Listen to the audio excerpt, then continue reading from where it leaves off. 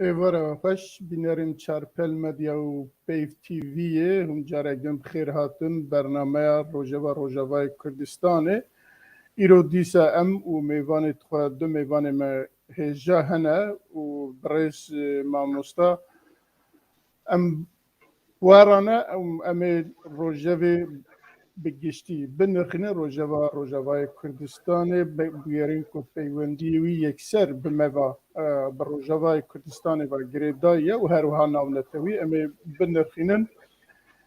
ما مستعل باقی دی او هم هفکار منه هم جی شورا وانی مه و هر وها دو حب میوانی مه هیجا که اوانا جی بمرانه اما او خالی خوی مجاری خوی که ایرو اما بنرخین اما بفیدیو کی او بکن لی پیشی از جمیوان خرابه جم برز نوری مازول هون چالاکوان سیاسی سرسرا سرچاوا هاتنه هر وها انور ناسو سیاست مداره و هر دوجی جروجاوای کردستانه نه هون هر دوجی بخیر سرسرا سرچاوا هاتنه برز ما مستعل باقی تخوازیم پیشی ویدیو خواه گداری بکن پاشه ایجاد تو میوان مهنه کی بینره به تماشاوان بده ناس کرن و هم در بازی برنامه بده تمام.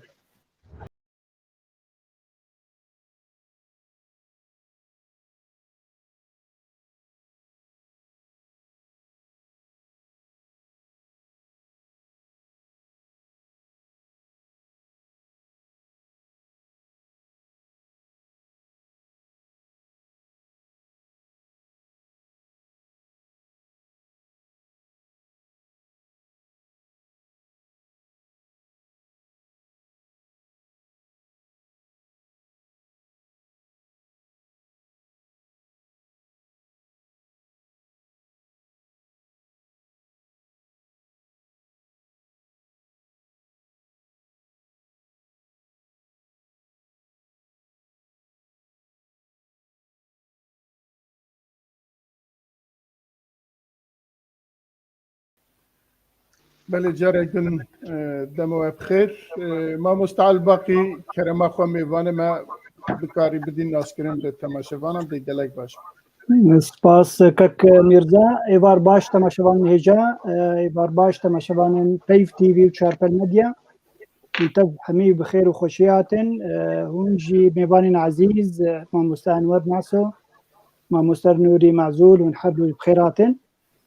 درباري حردو ميوان نكك ميرزا ما مستر انور ناسو شخلكي مي روجاوای كردستاني عمودي باجاري عمودي صالح 1962 دايق بويه او سياسه مدار كتبوا تفقره سياسيه كرديش دمك دريج صالح 1980 هر وكيدي كاري خو خباطه خو بخورتي دكر قالك جارا بن شعب بو كد زندان رجيم بشار الاسد هر وكيدي جي هنجارا هات قرتن جالي ريبه بريا خسر وكد زنداني ده او قهاب بلبلوكا وك اندامي مكتبه سياسي دي بارتيا يكيتيا كردستاني سوريا دمك دريج پشتی وی کنگره داوی بری وی کنگره داوی خوش پارتیه وکشان او جی بو سدمن تایبت خوندناوی انستوتیا چاندنیه خوندیه پشتی لیسا پشتی بکالوریا 2 ساله وکی دیجی کاربمند بو لجم دولتی وک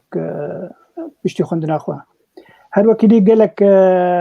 کورش دوار سیاستی ده استندن وهر وكي بو ما مستند دواري دورا واكورشاد جيدان خلكن باشوي هاتن هولي ايرورول المانيا دجي وطن داشي المانيا ايرورو بيدا ما داوي بشتي في شرشا سوري 2011 قال خلكي ما قنابر بون او جيك جوابو ايرورول المانيا دمينا از باورم درباري ما مستا انور ناسو ما اني بو زمان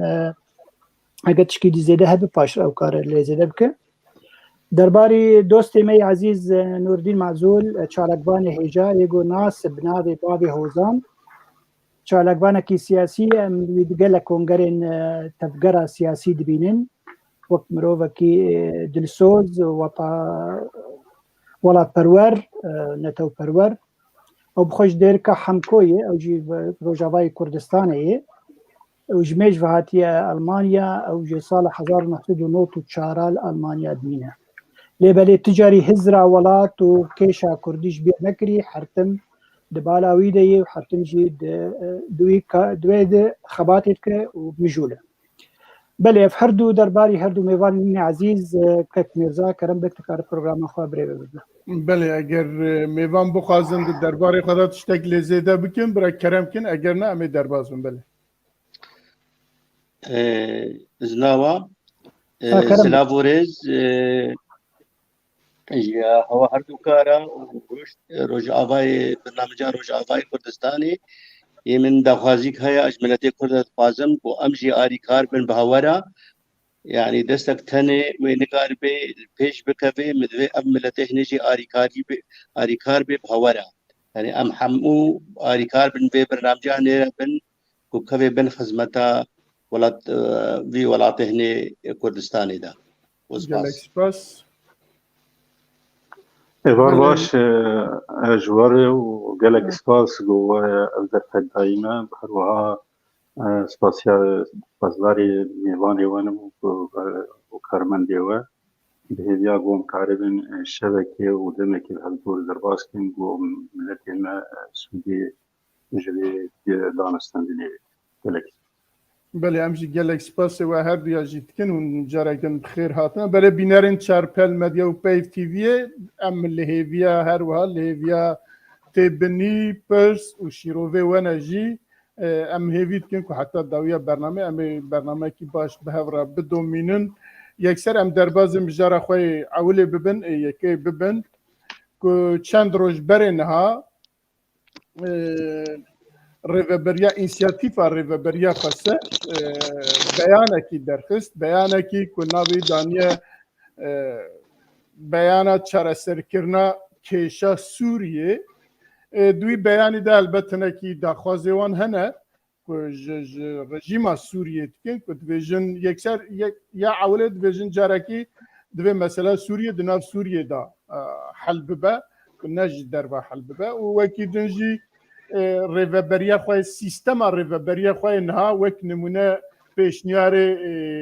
رژیم سوریه تکن که دویژن پیشاروش بلا سوریه بوی شیوی ام تخوازن وەک دەولەت بمەشە وەرحاصل تێدا چەند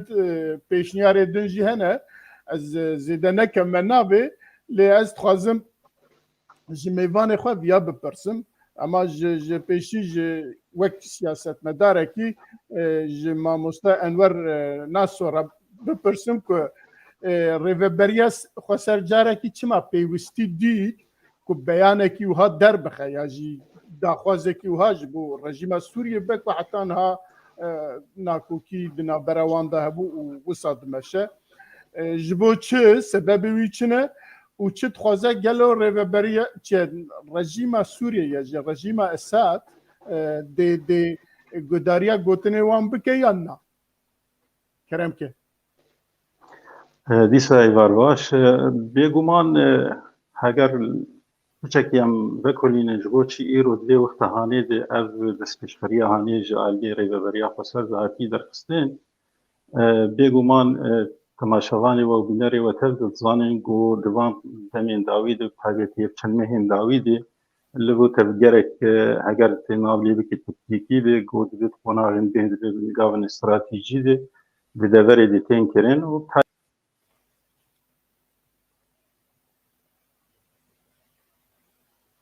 غبالي ما وقعت بانجزاندن كار برشا خوشكك نوري بك جاكيت برز نوري مازول از همان پرسیج جناب تتکم یعنی ام چندکی بره یا 6-7 روز بره نها به ناو اینسیاتیفا ریوبریا خواسر بانگکی لرژیم اسد کرن که دخوازن چاره سریه به هفرا ببینن به هفرا ببینن البته دنا بانگا وانده هنکی پیشنیار جی هبون دوان ما مستتوجه کتی اريغ باش از جیه کتمایی دوام کرد دست جام مگوت وان قناغین داوید هنک لبو تفگرک دیپلماسی و پیوندین له د دبرې د هاتنه کړي نو تایبت پشتیبان مستندنه که بآلیکاریا سینید نابینا سعودیه و ایران ده بێگومان ئەوایە باندۆرێکە باش لێ هەرێمێ دیکن و هەر یەک ژی کێشەیەوێ هەنێ دەبێگو ئەم دێ پشتێ پرسارە ئەم لەسەر وانجی بسەکەنن بێ هەر وڵاتێک و داخوازی ویچن لێ گوهرتنێکە گەلێکی گوهرتنێکە گەلێکە مەزنە دێ هەرێمێ و دەڤرا ڕۆژهەڵاتە ناوین دەبێ قۆناغاهانێ وەختا گۆ ئەو کەسانە و ئەو لیستگوانی گۆ سیاسەتێ دیکن دەبینن گۆ ئەمریکا والله کشتی و جبرگو به شر اوکراینیا داکتی و تاره همه هزاخو و درخته و دسته به دهنی بدهی شر هانی جبر ولوزی وان دولتانا افکاری گو ایرو تیکرین افکارایات بخوازن افازش خوباندوراوی گاواگو یک جتشتی و باندور دکل رژیم سوری و دانستندنا سعودیه بپشتی ایرانی گو دهی مها اداره ده پیمانک هات ام ذکرن نابینا وان دی سرپرشتیا سینه دی او باندورا هانی دی وگراندن کو دانستندنی نابرا دولت سعودی عربستان سعودی دو هر بهار رژیم سوری دی کرد جبر وی کید اب یک گلکی الجم ریبریا خسر و ابری خستنا گو بالناوی تیده و پککی بتوید مترسیل جمهوریت یعنی کرن خواست نامه بگینن بریگو ازمونا جنیوی سرور درواز به یک جنامه گو و شاندنش خوش رژیم سوری ده جبه ام بده خویانه کرن انو ام دولت سوری خاکاوی ده پاریزن و یک ریزیاوی ده پاریزن اوایا یک ارمانجی ده دسپشقریه هانه بود دویم جی گاوا د دخاله پنجاد باوریام د بانک اشتروی سینورتی کرن و ابو هم زانم په د کشاک سرکی د هندری ترکیه د گو مثلا پنابرین سوریه هندری دولت ترکیه د او بانک ابو خوجی گاوا گودیجه او د دخاله پنجاد حریم ترسیدار و پیاده دعوا خلق پنابر دکی گول دبره روج آوای کردستان و کردستان سوری جیب که تبی گو خلق به نیوه ملت کرد زیدی نیوه ملت کرد جبر پیاده و چکداری و کریاری و رویانی جهندری و رویانی ایرو پیاده خوازه گوان خلقی گو پنابر بونه جی وانجید او تعریبات اجتماعی جید هندری دورید بحریمی ده تیک بینه براستی گوات دست پشخریه که جبو چهار سریا سوری سر آستا سوری ده که چه حوجدار گو خلقی بینه دور اخواه گرنگ او بو گوته بانگا خود بگوتا اف خلکانا خلکی گود عفرینه دو سرکانیه دو حمید وریدنده گوی گوشبر تندو توجیه رژیما بعض دگورویانه وگرن ولاتی وگرن مالی خواه وگرن سرملک و مالی خواه و هر وها دولتا سوری و دولتی گون گرانتور بن جوی وگرهانیه دی گو وگرن آلیکاری جوار بیکرن حتی گو خلکاری بن وگر مال خوب آرامی و گو آشتای هندری ویدی جغینی ویدی نماوان اوه گو وقت دبید دو سامد وان دانستندنی گو چه ببین پاشاروجی دی دو سامد تیدهبه و جمع تیدهبه جبر گو هم زانه پین او دورا گو ایرو دستخلات دارن تید و هیپانیا دولی تید آماده سعودیه بخواه آلیکاریه دوی دبرید تشکیش دیگه و جبر گو مکونه که عربی باش دم خیل هی و اب دانستندنه که نابینا قصده و عربستان سعودیه ده بانگا خود گینویجی انو های وجمه هبین گون اب دانستندنه آلیکار بنجی بمرش خود هندره دستخش خرید اوجی هی آلیکار بن بمر گو هنکاری بن نابینا ما رژیم سوری ده وان آلوزیا کن بکن اما زیبلو کرتی حتاوی ده ازیدیج بله ماموستا نوری از همان پرسش جناب تد کم دناف بیانا وان دا هنکی خال هنه یکی جه پیشی سبب برز انور هنکی بعثا سببی وی کر چما به ناوی ریوبریه خسر به اینسیاتیفه کی داخواز رژیم سوریه کن که بکاربن نابینا خوش به هفرا بجین و دناف داخواز وان دا البته مسئله عبوریه هیه به مسئله عبوریه به هفرا يعني آبوريا كل سوريا بتيرا سوريا تفاتك أم تكارن آبوريا بهابرا هفباش بكن ودريا سينوري دي ساد ببرا دهات ويج الدولة رابد الدولة وورا بارفكرن هروها لدي ساجي داخوازا خد دقينك دفيد نافبين دا دولة وقرانتر دولة عرب هبن يكتيانا تويها با وهروها روشنبیر و زانا و نظام کسندن در نافبینا هفدیتین مداجی هبه که ام بکاربن به هفره چاره سریه کی ببینن جناب تا چد بجش بوی بیانی و چما دنگ تنای قید دنگ تا گرتیه ما مسته؟ نه باش باید دنگته آنا تمام بله ريزو سلاف باموستا اشترى وجيج ماموستا عبد الباقي رجيج باموستا انور ناس ورجي وكوي شوروي جيدا خيا كرن باش قوتن بس يمد قناعتها مدى بيادي وقتي هاتي يعني بيادي وقتي هاتي كتي سوري دا تشيبوا وافتشتاهني بن سها نظام بعز دا تشيبوا يعني نكاري باش شروطي خوافات شتي خوا كاربي بيجي نظام سوري افشن جارة دچه شامي ودفقري بشار الأسد ونظام أسد تفدا اعترافي بيناكي بيرو باوري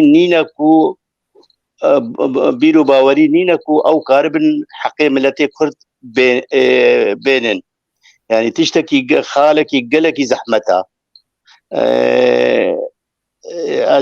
از بویرنگی سیاسی لی نمیزنم از بویرنگی رنگی عسکری لی میزنم انه امریکا هات جبونا مصالح خوا وجديل عسكري خو بدي كشتن اب ملتي بهنجتا داعش ملتي بهاتا كشتن ب20 هزارة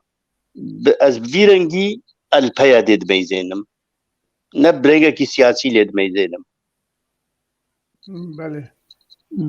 بله ما مستعد باقي تشتكي كتب يجد في واردة بله بيقومان هردو هبالا تشتن باشاني زمان ترسا انجي هولدانا بيدي انري بريا خسر جوي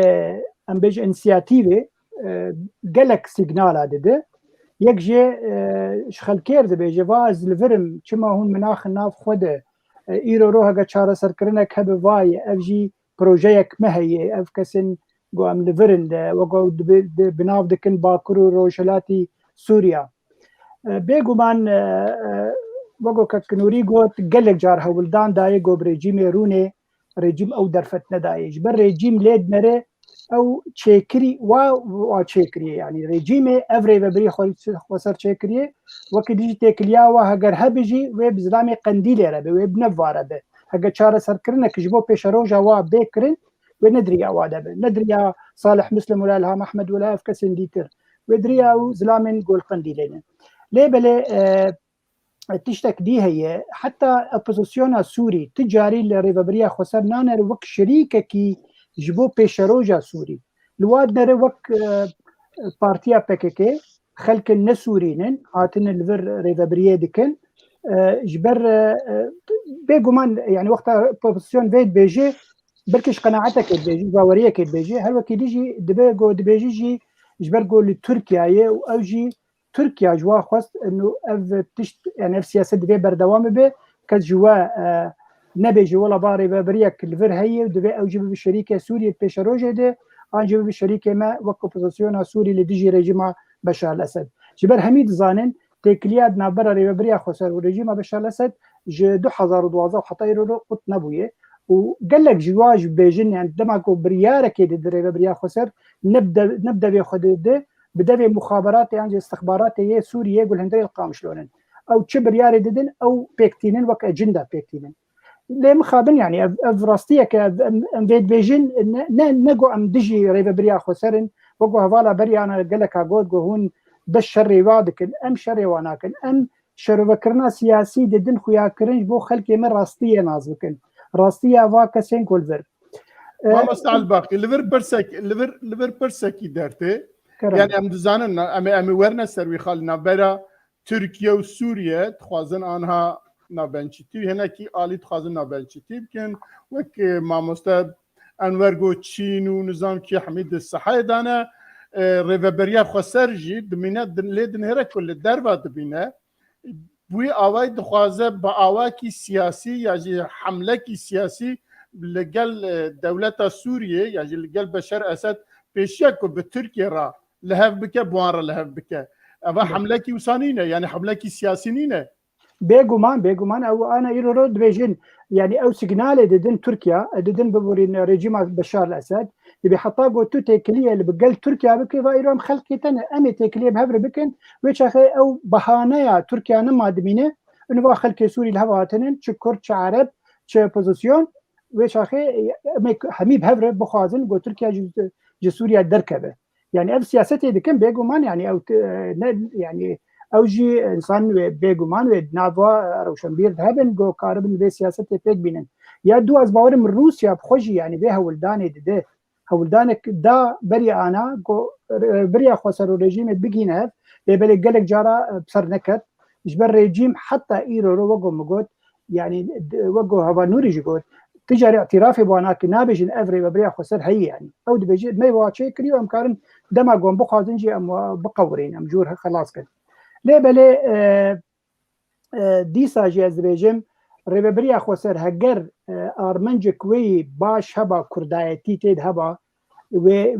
بسر بكتانا و هولدانا و دميجي و نرينا تركيا جي اوبوزيسيون اللي سر و ريبريا و بهاتانا غوارتن لوجو هم جهد ديني جبرجو جدما جو شورشا سوري دس بيكر حتى يرورو تجاري ريبريا خسر نكدي منها سياسيه سوريا او خود به انسياتيفا خود بيجي دبي تجاري مثلا بحثا بلاتفورما دك بلاتفورما جنيف بلاتفورما استانا بلاتفورما دبي بحميج مر ندردن جبرجو او نكتي نافواده وتجاري هولداني نادن جو تيخن فا بلاتفورما ده جبر او دبيجن تركيا قفادك دبيجي تجاري ديفيري ببريا خسر نكبت سياستها نتوي دبو بيشروجا سوريا ده بله يعني او دبيجن يا سياستها نتوي وانا ناقره ما مستر لا ورولك من الزنيا تركي دفي مسألة هبه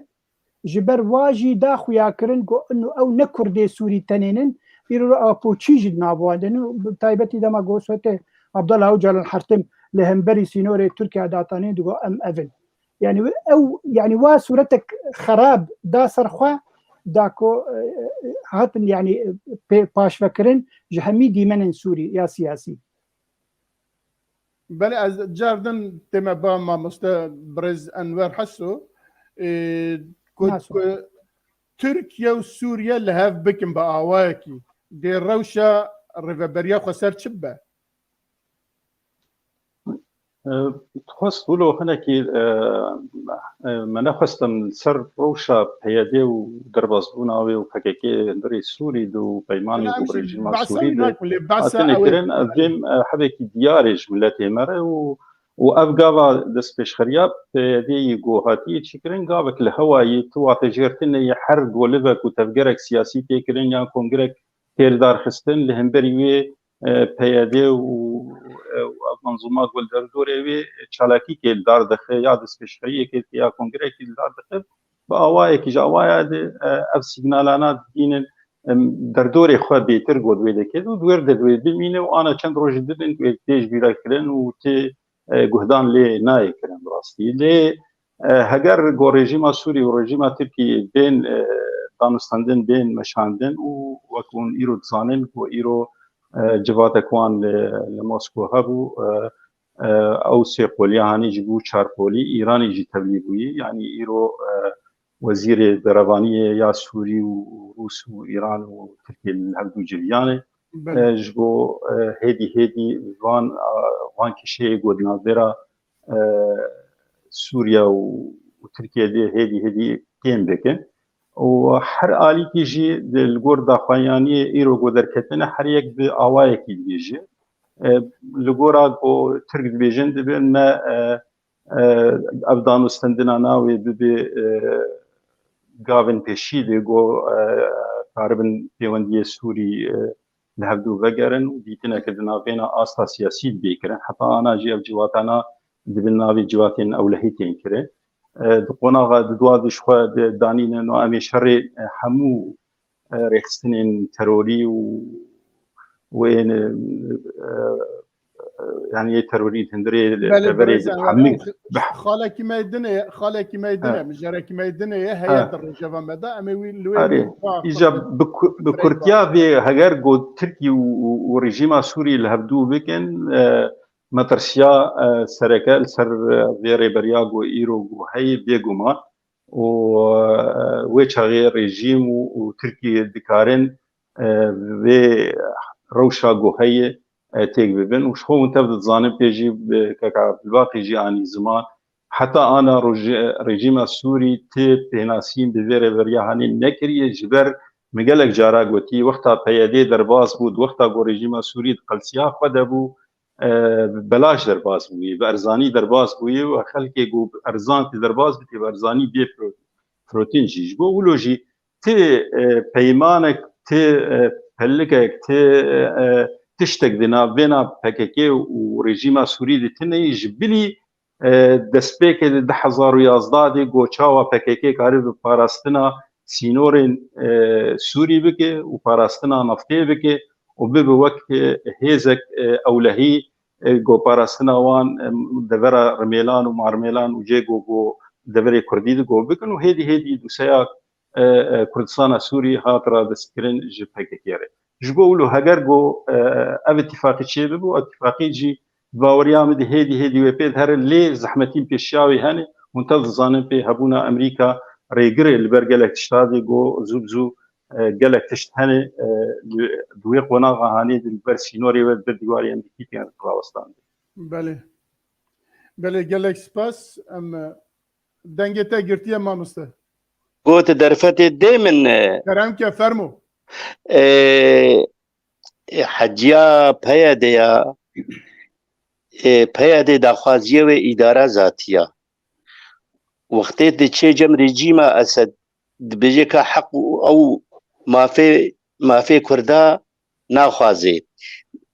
وكا جم اسد او اجيزانه وما مستانور ناسو جيزانه وما مصعب الباقي جيزانه بيجي هرا بري هونورن ما اداره محلي ما المحافظات شيكريا داخوازيا بيدي اوا هرا حقوقي كرداوي ضمن دوي اداره محلي دنا يعني تداخازيه ما في ملت كرد جموانينا يعني تشتكي واي سياسي نينا سباس بله قالك سباس ام دربازي ما مستعد باقي تشتكي بيجي ما بام دربازي خلا خوي دنبل نا والله زي كومنتارك بكم يعني وقتها تيرو روبي انسياتيفا بيديت بين برشاب خوشك شروفه بكان رئيسه بك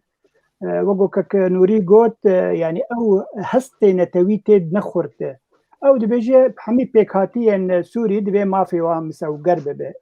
يرى وقت يعني او تشاور مسو قرب وحقي ما في كرداي مسو قرب او تخوازن يعني وقو ربريا خسر او خديه ويبن وهذا خويا عسكري وقت بيجن يعني حتى دا خوازي وهبو يعني انه قصد عن جهسد ببشك جبش الاشكال عربي سوري يعني جمع هي براسي خالن تد يعني حمين سياتيبا وقت روشك وقت يك شقر جمبانك غوتارك بنيسينه جبر تبليه فكرنا قالك يعني او وقت بالانسياتيف دبي جولو باشتربا يا دوا مثلا كرد وقت هستنا توي وقت هريمن كردي تجاري بناف نكرن وافجي نارينك نباشه جبو ريبريا خصد دقلقو او دبيجن يعني مثلا انا توي الجمه بويا تشتكي يعني نتشتكي او تخوازن مثلا سوري وحرتمجي تاكيد كان يعني او تصبين انه دبي يكيتيا سوري يكيتيا خاكا سوري اشتنا خصن قلت فيديو زيدك يعني تو يكي كردت كارب يعني باشه يكيتيا بلا هريما كردي سوري دوزا فيجي بك دعيني وقت ده نابي كرد تا جارك تاني يعني وقت نابي بكاتين دي يعني خوجي وقت سوريانا انجي وقت اشوريين قامشلو يعني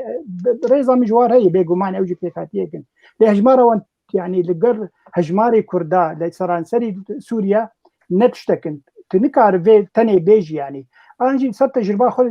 صار بورا خو دريبريا خو صار داخل دي صار بورا ما تشتكي قلكي بيشكتي صار كفتيه وقو هذا نعسو قوت يعني ايرو السوري الهريم الكردي نري بالتوايي ولا بوش كردا يعني وقت تدوزا بنابرين جدربي ولاد دك جووري بين هريم اخو هقد مثلا التغيير الديموغرافي هبه غورتنك ديموغرافي هبه تي شاخي ديموغرافيا خوتي خرابك كردي ما يجي يعني سميله بالناف دهريم خوده يعني قال لك تشت جرك خالن يقول اف انسياتيف نيفسانديه بشيطانيني بيسانديه يعني باورمي عرب جيني بيساند ابن كردني بيساندني هقا يك وقول بيجين حستك نتوي يك بروسنت دجمي هبانا جرك اف انسياتيف جولو باشتربا دقلقو كسا جو نادي يعني هو دانك اجبوي يعني هلو باجي الفرن وهاي وجمها وقو كنعسوقت يعني وقت قال لك تكني شيء دبن هاجر تشتك شارع سركرنا كل سوري شيء بلا بارك مجي وقت بارتيها وقت بارتي هزر دكن وقت نتو وقت كرد هزر دكن نبلا بارك مجي دبي هولداني دهبس قال لك سباس ام دروازه خاله خايد دوديا دبن خاله خايد ما دوديا پیوندین دولت عربی بالرژیم سوریه و بهارین نو وەکی سەرنویس و ساهاتیە نویساندن ئەم دبینن دوان دەمێن هایە داویێدا دەولەتên عەرەبا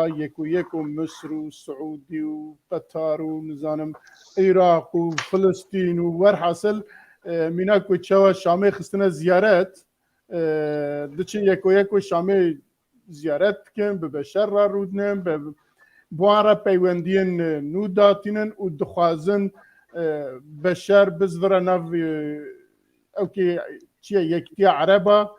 û her wisa dîsa li Herêmê Çîn anha dest pê kiriye eva demekî nêzik de dest pê kiriye ku divê de dixwaze siyaseta rojhilata navên taybetê Ereba jî dewletên Ereba jî bi awakî din biguhere ku Amerîka çi qasa li derve viye çi qasa têdaye ku eva çendîn sale ku Amerîka li wê ji xwe re saziyekî daniye bi hemî dewleta ra evkê wan heye hevdîtinê wan heye sîstemekî daniye lê Çîn li gel Rûsya ana dest pê kirine ku wan wî sîstemî biguherin di nav da beşer jî xistine ehlî bikin ku bixine nav xwe û wek dewletekî Ereb jî wî biparêzin li vir helbet em ê behsa siyaseta Amerîka bikin Amerîka li ku derê biye çi diketê de çi dikare bike jî eger ev sîstem biguhere ya jî ev biguhere rojhilata navên çawa dibe Sûriye dikeve kîja merheleyê Tirkiye li ku derê wê dimîne û her wiha Kurd li Rojavayê Kurdistanê em wisa behs bikin li Rojavayê Kurdistanê de rewşa wan çawa bibe ez dîsa tên ba birêz Enver mamoste Enver ka ji me re çi dibêje bira kerem ki براستی ev liv û tevgera hanê de neş xwe hatiye û ne jî îro di dest pê kiriye yanî di Sûrî de hewldanên goberî ana hatine kirin 2018 de îmarat derê xwe da rejîma Sûrî de û sefareta xwe tên dirê wê vekir lê tu guhertin di aliya rejîmê de nehatî kirin astengî pêşiya vê meselê lê nakokiyên got hene got Ereb îro tiştê got Siûdiyê û taybet piştî ev gencê niha Emîr bin Selman hatiye desthilatdariyê de guhertin di siyaseta kendava Erebî de baş hatiye kirin di qonaxên gelekî giring hene got Siûdiyê kirinî yek jê eger ez ê wilo bînim bîra we û guhdara de berî ana de Siûdiyê gavek kir di kendava Xelîcî re derî li pêşiya dewletê Erebî vekir Tevletiyê kendavê de goberê xwe bidin İsraîl û danûstandin hat kirin û gelek ittifaqiyat û peyman hatin kirin yanî îmarat û Behrên û belkî Oman dimînin timî wilo wek dibe hiyadî ji bo got problem û kêşeyê got hebin ew karibe di navbera wan dewletan lê wan dewletê din ji xwe Qetar berî ana de danûstandin bi İsraîl vekir û evaya گاوک گلکی مهم بو سیگنالک خورد بوجیش امریکا دوی قناغه ده انه تد بن حجتها باراستنا او لهيا مده ومن ترسيا قول سرمه هي ام كارم في اولهيا هاني بري بكرن جيكي دن تو جيني دن هاني كارم بباريزن و اولهيا ما بباريزن او كشاغو تي لسر كار ديكي متي مجول ديكي ام كارم بري بكرن جيكي دن و في كشجنا خوراكن ولوكر اف قناغا ددوا يا سعوديه وكنداب عربي بقشتي براستي هشمنديه كنويه هجر باليكاريا صينيه دبه هجر جو او بخوا دبه هشمنديه هاني دنه دوی باوری دنه گو امریکا چه کریزا گو چه دبه و کریزا هانی بداوی ناینی و کریزا هانی دو دریج دکه و باندوره جی تمی وان دبن گفو تهدیدات هلو جبولو جی هر دبن وان گفاده همه خیرات و تشتی گو دستی وان دهنه امریکی به دست خود بر يعني هون تبدأ الظانم نمونه يعني بري إيراني بهندري لبناني دبو وإيرو دولتا لبناني داقريكاري قبلي حزب الله دي وقتا أمريكا دي درباسي عراقي بو قوناغا على دبن ناوي رزقار كرنا عراقي دورا فكر وقت بي داقريكاري عراقي دي لي اوباما هات وعراق رادستي ايراني كروهن ايرو دبينن بروش عراق دي اواي دي لي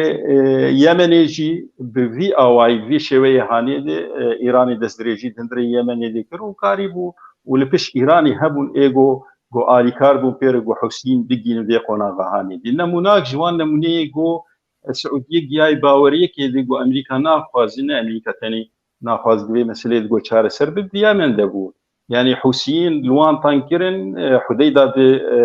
وقت بها تبو كتن وخلاص ببا او دريا قول بيشاوي هبو يبها تاقرتن لبريطانيا تدخل كر وقبول نكر وابدا لفيدا هيزا بيمانية عربية فيدا كالبراوستي وشيناب هون درباسي حديدا ابانا اف سيجنالانا واف تشتانا قشتكي البر عربا هات ديار كرين جو امريكا ازمات دندري دبري دخلقين وبالتالي چه امکانیات و درفتی گود بروند هبوی هر تبن کنترل امریکی دبن چار سریاوان او گو خیارات وان فراتر بکن و خیارات خو بری خودان پیشی بری خودان روسیا دشری اوکراینیا ده خاطب خنه کرنیک خیک علی نکرن و تشتی گو امریکا خواست پی نکرن و دیسا افجارا یکی گو سروک کی صینی درباسی سعودیه دبه و بوقت بپیشوازیه که گلکی گرم جهاتی کرن و پیمان و اتفاقیات استراتیجی و بازرگانی به هجمار گلکی بلند بسینیر هاتن امضا کرن و بالتالي اوایا گش دبه وقت گو امریکی لخود نرن بکیمانی زیدی پرپرسکی دایی خیانی کرن زیدی نویسکار کی دوان مثلا دایی خیانی کرن لانه افکاری گو ایرو سعودیه دکی تهمیشا امريكاي اف تهميشي منتفض الظانب بيقو خلافات السعوديه بتايبت وقتا بايدن ذا سبيكر ده حزارو بيستادي روجا جوجو ده سلادار بهندري امريكا دو قوناغا هالبجارتنا خودي قالك سيجنالين قول ديجي سعوديه دان يعني كرو بتايبت او كشنا روجنامه واني سعودي خاشقي دي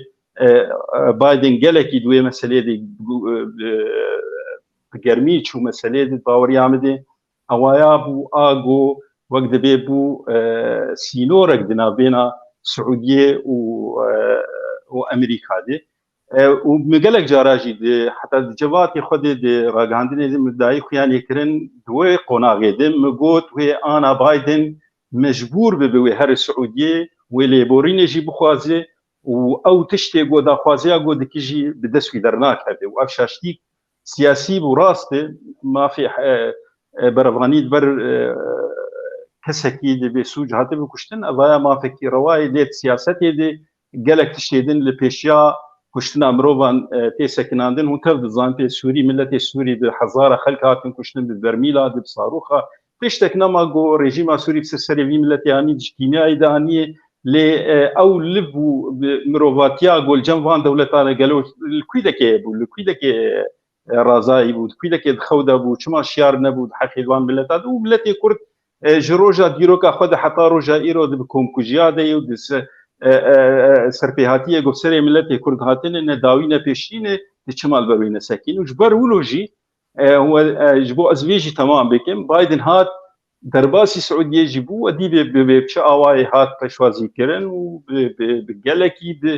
بقلسي وداخوازي قوي سعوديه هات كرن او داخوازانا بجينا هاتن كرن حتى رجا ايرود بلكي دبي بري چند روجكي سروك استخباراتي امريكي شويه سعوديه دبن نابينا وقت بيلي بقرا البان بيوانديات بن تهديد يجي لي سعوديه ماي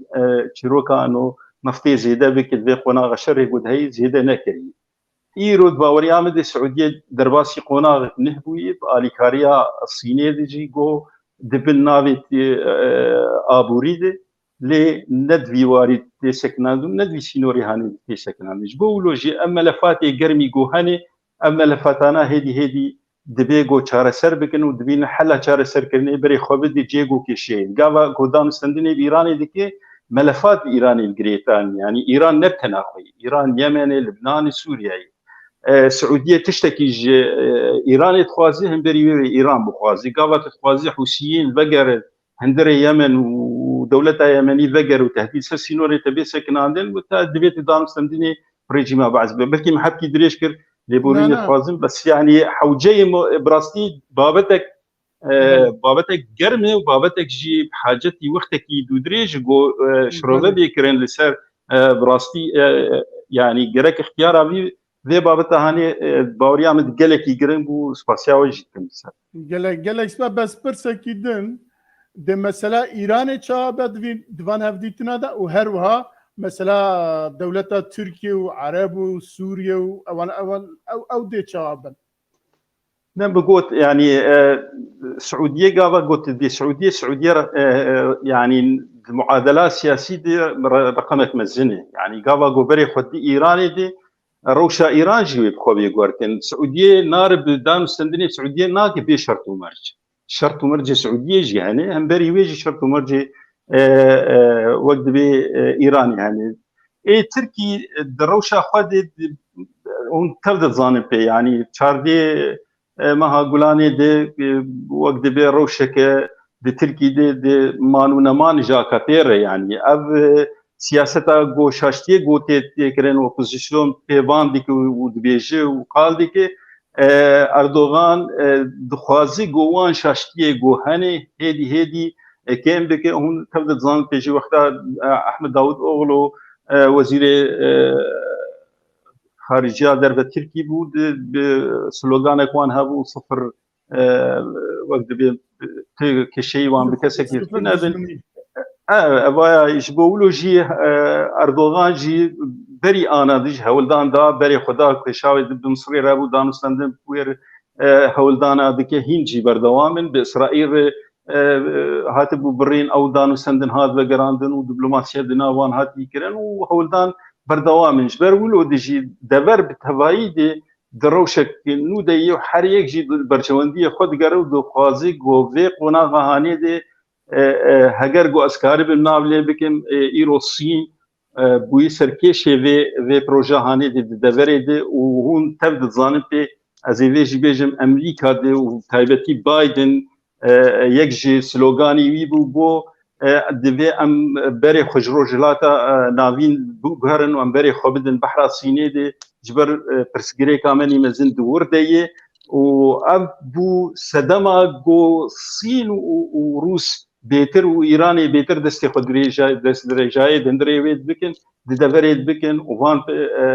دانستندني جوهان دبي اصلا بلند جو هبدور بيتر خرتر بكن يعني باوريام دي روش وقوتي خياني كرن كوكرتاي امريكا دبيس او سياستا جو ايرو تي مشاندن سياستا هين اوباما او سياستا نرمي جو بيشتهف قيس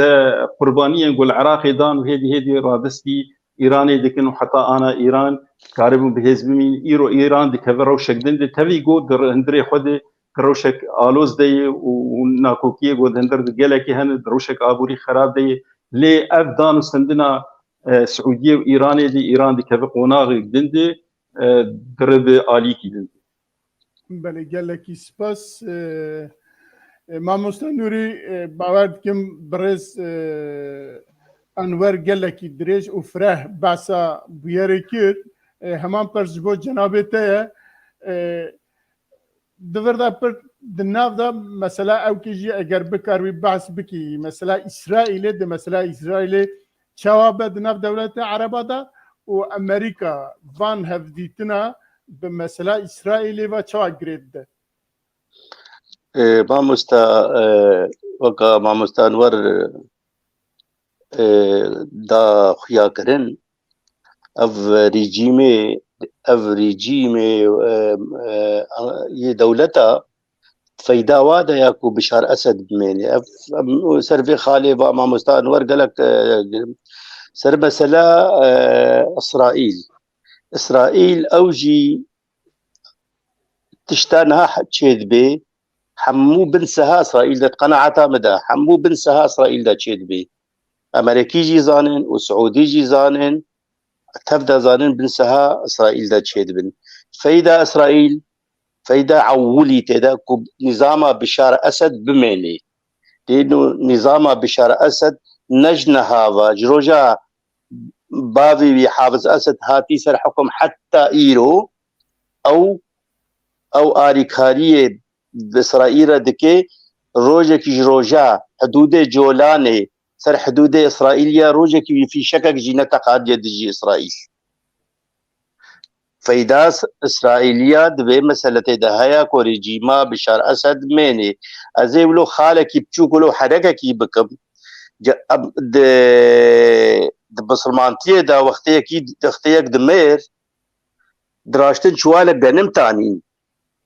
یه مریل بی آلی سکنی و یه ملال بی آلی سکنی ویدگو اعطیتك هكذا واعطيتني هكذا ويدقو مداتا ويدقو مجي داتا خلاص بديه بيجي مسألة أبانيجي في المقبو مسرحي قبو سرسري ملتي كردي سرسري ملتي سوري وأب مسرحي داويا مسألتها يعني أبايا بله از بهم سر حكاية كو برز نوري قوت ما مستعل باقي او تيرا جنمي ياجي او تشوالا جنمي داويدا دبيجي كي بقمانا من مسألة ونب في حسانية يعني نب في راحتية به جبر مسألة قال لك يقرد كيتكيه إيرو رأف هولدانا دولة عربة در بآلي في رجيم بشار الأسد جدو تشتاته كم أو زعيبونا لاوازبونا سياسة أمريكي لهريميك وبتايبتي لسوري ددو ددوها أو بيمانة برا سعودية وإيران تشيبو قال خال بشتوي دبي تشيب بن حتى أو بيمان جهر السري يكجي جهانها يعني إيران وسعودية کو ام دوی چاره سر کرنه کېج بو یمنه بو سوریه د عیني وقته د شی بکل به ګمان او خال نهینی يعني نخویایی هنن نابراواده جبر بيها وزير الدربية السعودية البيدة مع داويد نبي فيصل بن فرحان قها شامي وبشار الأسد جديد ليه بليكا وتشي سرتشي بالهفكرن وزير الدربية السعودية چار خال دان خويا كرن واجي راقهاندنا سعودية جي وراقهاندنا بريجيما بشار چار خال دان خويا كرن يبقى دو خالين نهيني جي وانا قوتن ازانا بيجم تشتي قو وزير الدربية السعودية بشار الأسد خواز قو دوي سوريا وقر اتموسفرا خويا عربي ابري هرتشتي دوي چاره سركرنك سياسي چه ببه و ام كاربن ناسنامه عربية سوري بباريزن يعني او بفي وترى بسرفي وقو بيجن تونا يا نتويج شو مسألة اساسيا دوي اليكارين مروفاتي بجهن حميدة برين سوريا دوي يعني الهبكن چاره دبيجن يعني چاره سركرنا يخسوري قو چه ببه دوي فنابرجي فنابري قوش دربي ولاتن لأوروباني دوي وقرن دوي جيواجي مسوقر ببه ودوي بشار الأسد عفو كي عام درخه بأفكسين قوش دربي ولاتن اوبوزيسيون مبري کو درباسی سووریا ببن تشتک جوانایی لێ بەلێ دوو خالن سەرەکە وانانی ڕاگەهاندنێ یەک ژێ مثلا کتاکۆن یعنی ئەو نارکۆتیکا یەگۆ بەشار الأسد و الله و میلیشیای عێراقی دفرۆشن دەولەتی خەلیج و دەولەتên هاوێردۆر دەبێ ئەv مەسەلەک یعنی بسەکنە یعنی چێنا بدیسا ئەوێ تیجارەتەها بکەن لەسەر حسابێ ملەتێ هەرێمێنن ئاد دووە دەبێ هەبوونا ئەیرانی لە سووری کێم ببێ يعني في حردو خال ناني راجهاندين اللي بليش بو حردو خالانجي ويهولي او دبيجيها قال ايران خوش سوري وكشينه كار السعوديه درفتي وقوك نعسوغوت درفتي بدن حوسيه او جديسه الاتموسفير خويا يمني وغيره يعني وقو بيجين يكبيكي انجي قابك بقابك ليه بلي بشتي جفينا جده ياقو دولة عربة الهف جفيان قو امي سوري وغيرين وقو بيجين كوما خويا عربي همي اجيغوت دقلوا خالين قو امي قنقشة بكن ببشار لسدره لي باوريام يعني تن تجاري قو او ريجيم اللي خو فقره وفا خالا قبول بك وبراسيجي قبول ناكه يعني بشار لسد دما قو فا خالا بهيست وزير دربية سعودية قوز قول هنكي امدوري هبن نقول هنكي امدوري هبن قوز فا خالا قبول ناكم ذاتا او بخوجي عرب دبيجن دبي امكارن بشار الاسد قبول بكن دناف خودي ليبل دولة الناف نتوي دبي تشتن كريت يجو بوبلاتن قو بسالي ملتي سورياني دبي عقوبة دبي جذبه دبي هذا محكمة يعني او تجاري قبول ناكن وي بشار الاسد وريجيم اوي برحتي درباسي نافخو عربا بكن مثلا قل لك قلت كيف يعني معقد كومبليسيرت يعني زوزو نار السري يعني اوجه ولدان قومان هم هولدانن ليبل رياكشن امريكا تشبو درباري بمسألة امي باشورن سر خارجي امي باشورن ل هركز دبينكو بشار اسد نها نفسكي جلك فرهجر بيشياوي وبو دناف جواكا عربي داجي دناف جواكا ملت داجي دردن داجي بو خويه قوتن خوين اخافتن جي خويه مافشي باور بكنا نفي رنگيه كك دبي يعني افچونو هاتن على الجم انجي ويدي ساوغو بيجي نابي تشرسين انجي نابي درتخن هولي ليبلي او رولا سوريا وك سوريا بري انجي هبونا وك سروككي عرب دناف سروكي عربه او تنيه دقال قويلو مثلا باليوس خانه يا اخو لتونس بكر ويا تونس جيو الشامي بكر زاني سروكي تونس شي بيجي يعني ولد دبر شعبي خو دبي وقتان تكليه دولتك كان دولتك كده نبريجي ما كده كان بنبريجي ما بشار الاسد كان ام خوازن اب دولتها عربي او دولتها ما بهبر تكليا بكن لبلي اوجي يعني بلكي يما قومان عمو يعني عرب خوازن هيك ويطمع بكن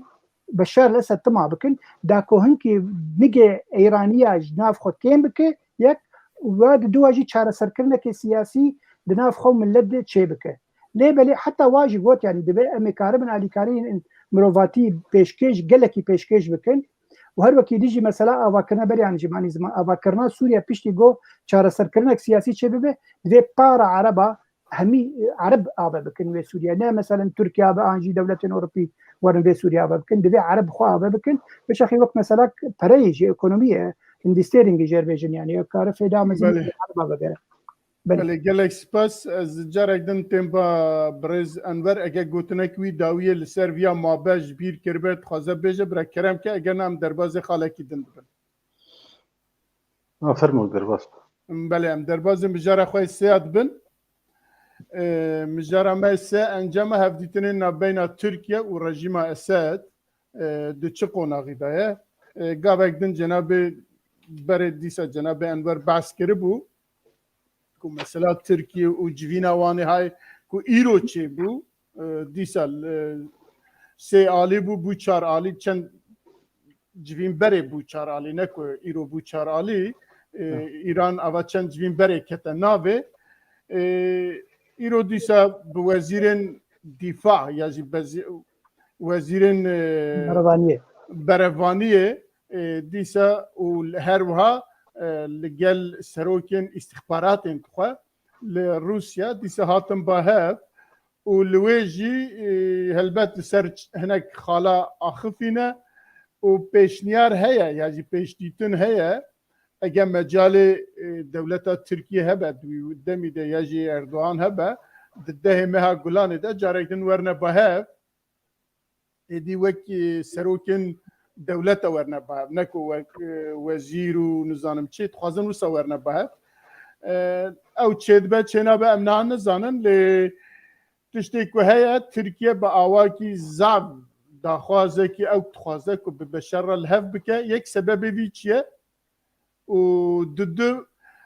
بشر حتی نهاد گوت جبو من دبه که از به ترکیه را رونه یا جی دولت هم به ترکیه را رونه دبه ترکیه یکسر جوان هرمن که اشغال کریه دا گرتید و جوی در که پاشم به هفرا رونن لیوام قدوسانینه ایرو دیسا چون به هفرا رونشتن هم استخبارات وان و هم جی سروکن دفاع یا جی بروانی وان به هفرا رونشتن و لسر هنک خالا جی بیان هم دانه دبنی دا چه اخفین امن زانن از وی دهلم جی برز انور ناسو که سروان دیتنا چد بیش یا سروان جوینا چد بیش جمره وقت تكرار كرش خود جوات إيرو قال لك بردوامي جوان جواتي واني كو بريتين كرن ويجي وقت قناغا أولهية دي أو جواتا هاني دي تشتيكو خالجي دركتني يكجين مسألة پنابراي وشاوان پنابرا بقرين الهندري سوري وقت بيد آواكي أولهية سرجيانا وان ديام جي السر وان ريخستنين ترورستي وترور ونجات پرستي قو دندري سوري قشتي دي قوتني يعني حردو آلي إيران جي زانبي ايوه كين والرجيم جي زانبي ايوه كين وترك جي زانبي ايوه كين السر ويجي انو ان دوي قو وانا وقت بشري وان بيكرن وشارع جوار بيديتين خالا دیجی گوتبون ام دانستندنی سر چاوا نورمالیزی کرنا دانستندنی تکلیه خواهد چاوا گوه گرینه لی الهمبری وید داخیانی یک دنج آلیه رژیم درکت و روژانا الوطن جیردیجن یا گوه نزیکی رژیمیه لسر وی خالا گو بوی رحتیا وزیر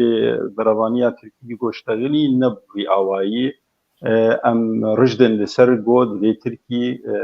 شخاکا سوری لشکری وی شخاکا سوری درکبن دورا امکارن دانستندنین بردوامی وان تکلیه خود بیتر بردوام بکن و سر آسا دیپلماسی و بیکنن وزیر خارجیه بیدیکن و هرن قناغ دیدن باوری آمده بلکی هنه کوالا برادرها تشتن آنی زمان لی یک جخالی گو اوه آستانگی آگود بیجه سوريا وبشار الاسد بيجد تركي خاكا سوري تمامي دركبه دخوازك بيتر عربيه يعني عرب جيت فين دكن دي مثلا هاني تايبتي سعوديه وامارات درباس بونا دان مستندنا رجيم سوري وتركيا دو حفكرنا ويل هذا استراتيجيك تركي دين دبرك عربي دو خوازل ويا مثلا هاني ريغريال بيشيا بكن دبن قالك تشتادي يكجي هجر مثلا ابوري بجيادن هين او دانستندني مصر وتركيا نتشون سري يعني جبوغو مصر جي بيرازي كرن دبي او قونا هنيجي بيمشاندن اب كيشن البيشيا تركيا دي جبو دانستندني لي دمها بيد دبيغو جيغري وزير خارجيه وزیر خارجیه بهدور رونی یانجی اگر روس کاری به باندوره بکه و به لیگو رژیم مخابن درکت میوانه ما جد اکبو کاری بری خو بده ماموستا نوری من بری خو بهمام پرسیم جی ماموستا نوری بکن ماموستا نوری ایرو تو زنی دولت ترکیه و سوریه اما دمکی به آلیکاریا وای هات کرم که حبكي شاكي انترنت ولا اري جانا جي تبي جيكت اري خد اجا اب كشل بيشا وايد انستندنا هاني دي هنكي هني لي وقت خياني كرن ئارمانجای ئەردۆغانی یا سەرەکە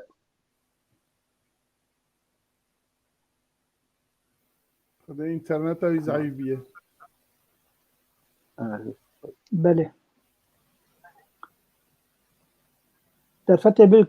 كنوري بلكي باش تبعنا برز نوری تو دوام بکه که او هات او جاردن تکره پشته تا دیسه دوام بکه مشكلة همان نية پرس جته که ترکیه دخوازه و دمکه دخوازه به سوریه را به بشار را لحف بکه که حتی انها نظام گوتناش بشار را گوت ما مستانور هناك بين اخو بدا كانترنت تشاد برا ما مستانوري هناك باغ فباشي لا لا بلا وري بلا مع مستاد وري مشكلة نينا بلا خرمو لا كرمكا كرمك تمام كما مستانور ایجام گوت تشتی گو اردوغان دا خوازی گو دخواست لسر او کاغتا گو اپوزیسیونی به شرعیوی دیکر و مثلا پنابرا دندری سوری ده باوریام ده او یک خالی سرکه بونیه گو اردوغان بری خود دا حول دا گو رژیم بعث لسوریه ده وقتک نزید وی ببینو بری هلوجارتنه گو گوشه ببند ترکیه ده ایرو او کاغتا هانی ده وقت ده اردوغان دست خواست يعني كانوا استندن شيء دبن سر آستا وزير بريطانية ده ودبقوا هر قناغ دنده جبوا ولوجي أو لزو بزا جو تركيا دوي قناغ ذكر باوريام ده إيرو نقلك حوجة دار جو بوي عجلة هاني ده دانو استندن بريجيم سوري ذكرن و دمينه قناغ حري جرينج تبدي جيت زانن ده مهلة هاني حركس إيرو دي دخوة هم هجر رژیم سوری به دولت عربی به اروپی و امریکی تفجیل بندی و روجهانی شهردی مها گلانی نگو و کی به دستخلادار به ترکی دو اوایاجی و به قناغ کنو نابینا بر انتخابات او کشت انتخابات از براستی اوایا ایجاد به وقت گوت قناغ کنو ده هم سیاست ده هم جی ده پیوندی گو بین دارخستن و دمانی برز انور برساكي دنيا هي الليفر وزير الدفاع التركي بيشياكو بتشا جفيني بيانك مقابل اوبوسيونا سوريا وهروا او كسن يعني جروبين تشكدارين كل سوريا دبن امر تركيا دا كاردكن وك بيانك دا جو دي بيوندي دوام كا دي باراستني دوام كا دي او تم دبن او كيوي داجي بمينن حتى كو شارع سر ببا وانا برنادا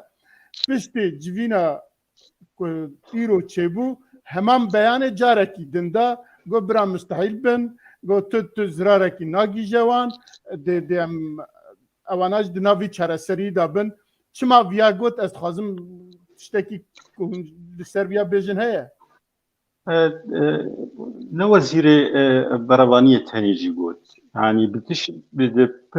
باش وزير بريطانية داخليان ياخد جواتي دان هروها وزير خارجية جي اف قوت انا تكسكر لسردي انه ام جدبج خلقي سوري دبي خلقي سوري ام بچاره سري كرنا سياسي رانه دبي خلقي سوري باواكي بريز قرتن بقرن وتم ترسيل سرجيانا وانتنا بن ام زوب زو دبج خاكا سوري برنادن جبرقو انفالا بكن هل بتقول الحردو آليا قول كردستان عراقي جيقول كردستان سوري حردو كاد جيقول ام جيناكشن جبرقو هيزك ترورست ويدكي هاري وام جي خوالا ناكن قو افيزا ترورست بيدر باسي وان دبري قو جيقو انفالا بكن ودورا او الهيامي نجتماني تيك بيبه ام بيا قبول ناكن واموال ازبارتكم پرساش هاته گیشتن اوان د بیان خدا جبو اپوزیسیون سوریه کن هاد بن او کی وان دانه ترکیه دانه و هر وها جبو وان گروبن چکدارن کل روجاوای کردستان د بن امر ترکیه دانه جبو وان دگوت بیان جبو وان د بیان دا جبو وان دبیجه د برا مستحیل بن قد دي زرارك نجي جوان اوانا دي هر تم ورم باراستن اجا فيا بيغومان تركي انا يا سينيالك جبو دولتا سوريا بود ام در كبنجي دي اوانا لوي بمينن ياجي مترسیه که وی بخواهی جوانا کسبه به سوریه را لحب ورن اوانا ده چوابن ما گاوین سیاسی نین به پیش نکوین ترکی وکاغتا هانی تجاری باور نگو وکاغتا هانیش دست خبر ده زو ترکی او پوزیسیونا گودناولپی او چکداری گودناولپی هنی وکاغتا سوری ايش دست خبر نادي بس سوري خود بيني سينورداش دي دولتا هاني دي باركي جران راهشتيه نزيكي 3000 وني نزيكي 4000 فنابر دهندري ويدن شغيني جو فنابري جو دي دبري كنترولا ويدن ايروان الي كاريه بوار پیشکش دي تركيا في ما في هاني دي دخوا جو دي باراوي دهندري سوري هذه گاوین چارەسەریە سیاسیژی پێش نەکەوێن اش خود دەبێ وانا وەک دەبێ دلێ وان دجیخە نۆهون پاراستینە و الجەمە ئەمێ وا بپارێزن و ئەوەک دەبێ ئەف مەپەرسیا گۆلجەم وهەیە و دلیا گۆلجەم وهەیە و تەر دەزانن پێژی لەوان دەڤەرێ گۆ ئۆپۆزیسیۆنا سووری و چەکداری گۆ سەر ئالیە دەوڵەتا ترکیێ هەنێ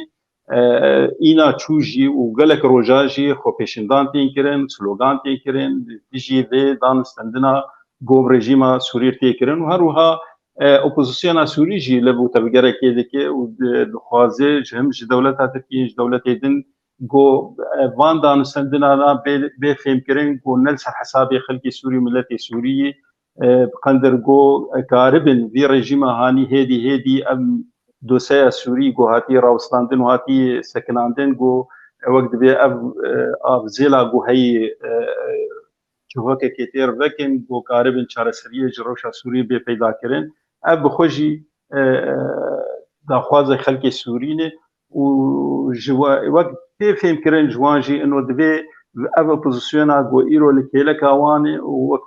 midayê xweyanî kirin jî gû kaxetekî destê dewleta Tirkiyeyê di baweriya me de gelekî zû dev ji wê kaxetê bernadê û ne vê rihetiya hanî heta gû dawî rejîma Sûrî di şev û rokê di derbasî van de beraber bi ev xelkana jî dîsa bi deverek din de herin çareseriya siyasî ne bêhesaniya hanî lê îro karek tê kirin em binerin bêka vê çi encam jê bê xuyanî kirin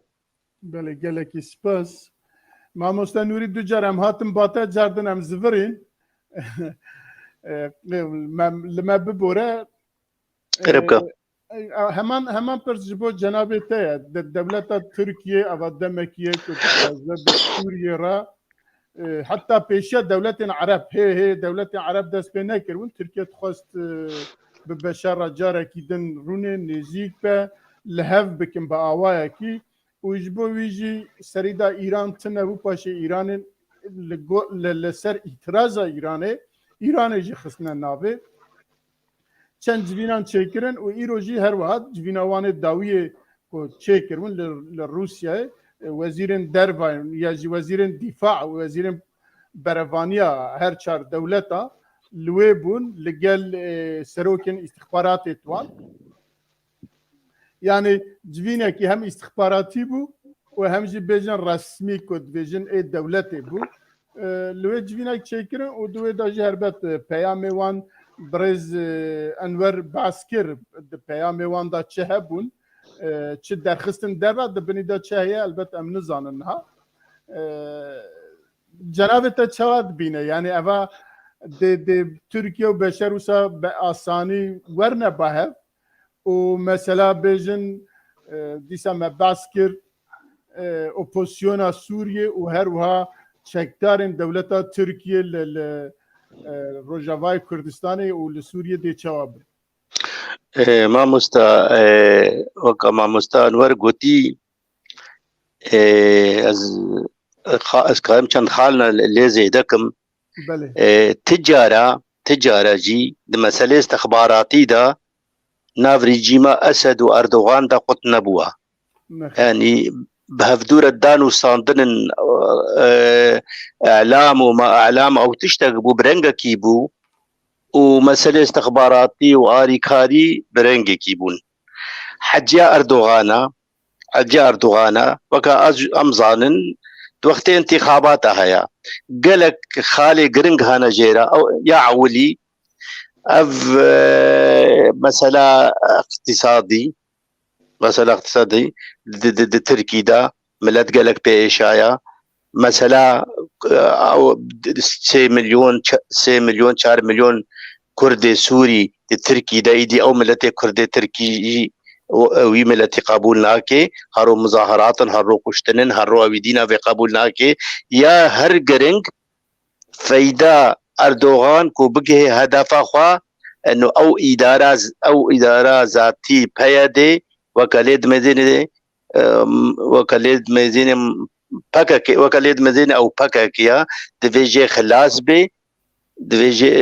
دویجه خلاص به افجی خالق گلک مهمه او مسألة أمد بيجن إنه وير حتيش هفدو خلاص بنا ويرنجي نبي ويقالك شروطه واجبات سياسته هنا حتى كاربن شفدو خلاص بن بله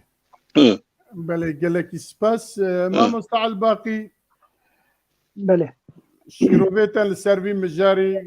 ما قداريا هاتو ميفاني خاكير بله ام تخازن قداريا جناب تجي بكن وباش ام دربازي خلا خواهد دنب بله بێگومان يعني ئیرۆ ئەف پەیوەندیە نابەرا سووریا يعني بێژنا تورکیا و رێژیما سووری وێ بەردەوام ببن ژبەر تورکیا بەرژەوەندیە نوێ دوێ مەسەلێت هەبی و سووریا ژی کارە فێدێ ژێ پەیوەندیە بکە کە حتا چ دەرەجێ تورکیا خۆ بەکەشینێ ژێ سووریا مەسەلە بەکشاندنا تورکیا ژی سووریا شاویش گوتنە خۆش گوت گو گرک رژیما سوری تجاری دوی دوزی نکش بر او ندس حالات الهمی سر خاک همی سوریا همی خاک سوریا ند بندست وری حطابه جما بخوازه یا دو ترسک می مزن هي جه واچک دارن حسده لسر سینیور منن دوین بین پاراستن دبیجن انا مثلا بشروجه ده انجی وقتا قول بلکه ده مها بیا گولانه وزير دربيا تركيا تشاوي شغله ووزير دربيا سوريا فيصل مقداد والهبدو بجبن جانا في اجنداك دانين يعني بلانك دانين ويكاسر شبه اخذن او چار خالن نافوا چار خالات تشتن بالكيش هنن يعني يك جيد بجد چار سركرنك سياسي چه ببه ودوي اوبوزيسيون وريجيم هر دو تيد هبن ند و بلاتفورم بريه وق جنيف و نا ایرو می پلاتفورما استانا و جنینن و می هر دو کابه بنور داکو کاربن به هفره چاره سرکرنک سیاسی چه بکن افتشتکی باکش بو دوی خالیده نوه اپوزیسیونه و رژیم ببن استانا لور ویل هفدو بکن جبو چاره سرکرنا سوری بحثا بریاره دو پنجی چار ناکن يعني افجي تشتكي باکش بو هذا دوا مسألة وقراندنا بنابرن لتركيا وقرن سوريا تركيا شد بيجي دوي جارانتيه كبه وجارانتيج آلي روسيا بهذا افجارة يكم فيت خوازه انه هجر وقرن بنابر وقرن سوري بوتعدل وانيه دوي جارانتيه روسيا هذا افجي بيجو بيدلي سوريا ياسيا مسألة على كاريا مروفاتي هكان بيجن دوي بيجي همي هريمن اوجد بيجن دوي بيجي همي هريمن سوري دوی دمه دوی گلک دری هنه درید نابرا سوری و ترکیه هنن دوی او دری جی ببن اف دوزا ترکیه لرژیمه و رژیم جی به مسئله زوزو قبول نک مسئله داوی خالا داوی شر تروری دفر شر ترور جی او يعني خالا هری گرینگه جالی ترکیه به ترکیه شد بیجه دوی امو سوری امو رژیم سوری هم به هفره شر بکه بکن وهمي تشتم بيف جريداي يعني بيا ديفي ويابا كيفي وأف مثلا لجم سوري قال لك يقراني يعني يرورو واوا تشيكري واوا اني هولي بتشاوا شري وابك وبقلب تركيا همي لسبب وقول بيجن لستكن بهفر دليزن حتى جو يعني رجعك جروجا وشار سر انك شيء ببه تركيا الفرنا ساكنه تركيا تكليه خوب دولة عربة السعودية وقطر جي جريد ده وهو نزيكي سوريا دبن اجي دهولي دمم دوي وقتها وتشتكي بكن اجي كاربم ناف ودبن بيش روجي لي قلتنا ابراهيم قالان او بردفكي سروكتيا تركيا تشتك بالكيش قلت ايرو درو قوية ممسيت خالة تنج سوريا تخوازن ودوي او فين بكي واف مسألة هاني بوچارة سرب بي يك جي باراستنا سينوري ما جالي جروب ترور ویژی حرسی ناو بناف کردن PKK پیاده PYPK دوی اف رژیم و سینور رژیم بپارێزە بە گومانەوە ینی ئەمێ ور بمینن سەروی سینۆری بمینە خاکە ئەگەن بێژن وەگو بەریانە ژمەگۆ جارەکە پلانە یانجی پەیمانە ئەبانە نو بکەن 5 کیلومتر بکەن 30 کیلومتر باوەرم ئەف گومان هەیە ینی ئەف داوی ببە دووە مەسەلا بەگەرە بەنابەرە دەوێ مەسەلا ینی نە بدەختێ بە نام زۆرەی وا بکەن کەسێ بخوازی بەلا بەگەر کەسێ نەخواز بەلا بمینە مەسەلا یاسیە دەوێت چارەسەرکردنەک سیاسی چێ بێ چارەسەرکردنەک سیاسی یەکنی کارەتێ دانوستندنێ دەوێ هەولێ دەبکە بەێ بله gelekî spas helbet divirda gelek tiştene meriv dikare lê zêde bike yani wextê ku meriv behsa çareseriyekî siyasî bike dixwaze çi bêje meriv dikare behsa wan jî bike lê em bername me ew qesa têra me nake em ê ji bo wî jî derbas bibin eger Birêz Enver tiştekî hebe ku lê temam bike em ew kên eger ne em derbazê xala xwe dinê dibin يعني ما بستا باش قوتن لي ادبيجم دانستندن هگر کو پیش ده هرن چارەسەریا سیاسی حربێ گو چارەسەریا سیاسی چێنابە و سووری بە ناگەربەری 2011 بێگومان لێ ئەو هێدیە گو گەلێکی خەلکی سووریژی سەر داتینên سووریا کو گو خەل دخوازن باوەریامە دوێ نە ئەو سووریا گو ملەتێ سووری گو دخوازێ هم کورد هم عەرەب جبر ازبون و تجربه گو چه بونه ولاتی گو اف خرطنی گولی هاتین کرن مخابن گو دیسا دستهلاتداری گو دوباره دبن او نکیمی دستهلاتداری برین یعنی رو تجربه تونس تجربه که گلکی شکستیه و جیم خابنیه گو تاوی گو تونس تیوی و سوری بده بر هف جدابونه گلکی مزندنا بیناوید هی سوری تونس دولتك كاربكلك جواكا سبيل كيت فرهبو جيشك الاجتماعي بو يعني قالك قرنا نابي بسوريا لي ايرو روشا تونس روشك نقالك باشد بيولوجي ليبيا هند دبي استنجيه دي مصر بخوجي يعني او تجربه قوانا تونس شاوا سروكي برلمانا تونسي جو اخوان مسلمين غيرو بلکه ها دستگیر کردن و زندانی دی هر وها ل مصر جی بو او اوای کی کردن و ایرو مصر بخوجی او حالات و شورشگری و گهرتنی دی و گریا خناغا حسین مبارک دی وی خناغی دی جبولو دی دبر دی کنترولی دی بلکه تا گوتنا گوت تقال اسرائیل کر و اویا باندورا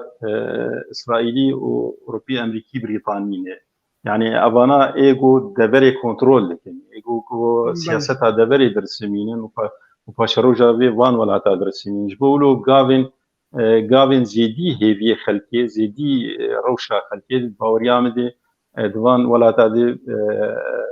جالكي بيكناي لي تخوازن بسولو تشتكي بيجم مقال كيرون ودان صندن بريجيم سوري تيكرن از نرينا مني تايبت از رايا خوي شخصي جديجم اجي تبلي قالك كسادبم بشار الاسد لا شكي مريه بندي روجا بشارتنا خوي نزيدي ولوي يعني تشقيسي دان سندتير بيكره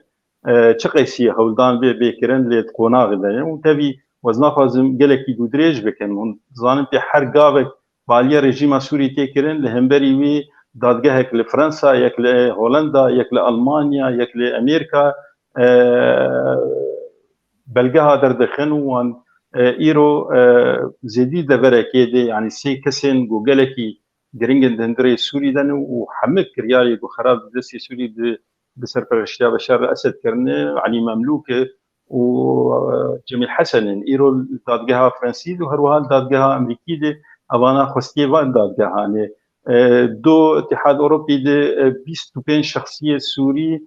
وحشت دزجهي جون ليزيكي ريجيم سوري دخستن بن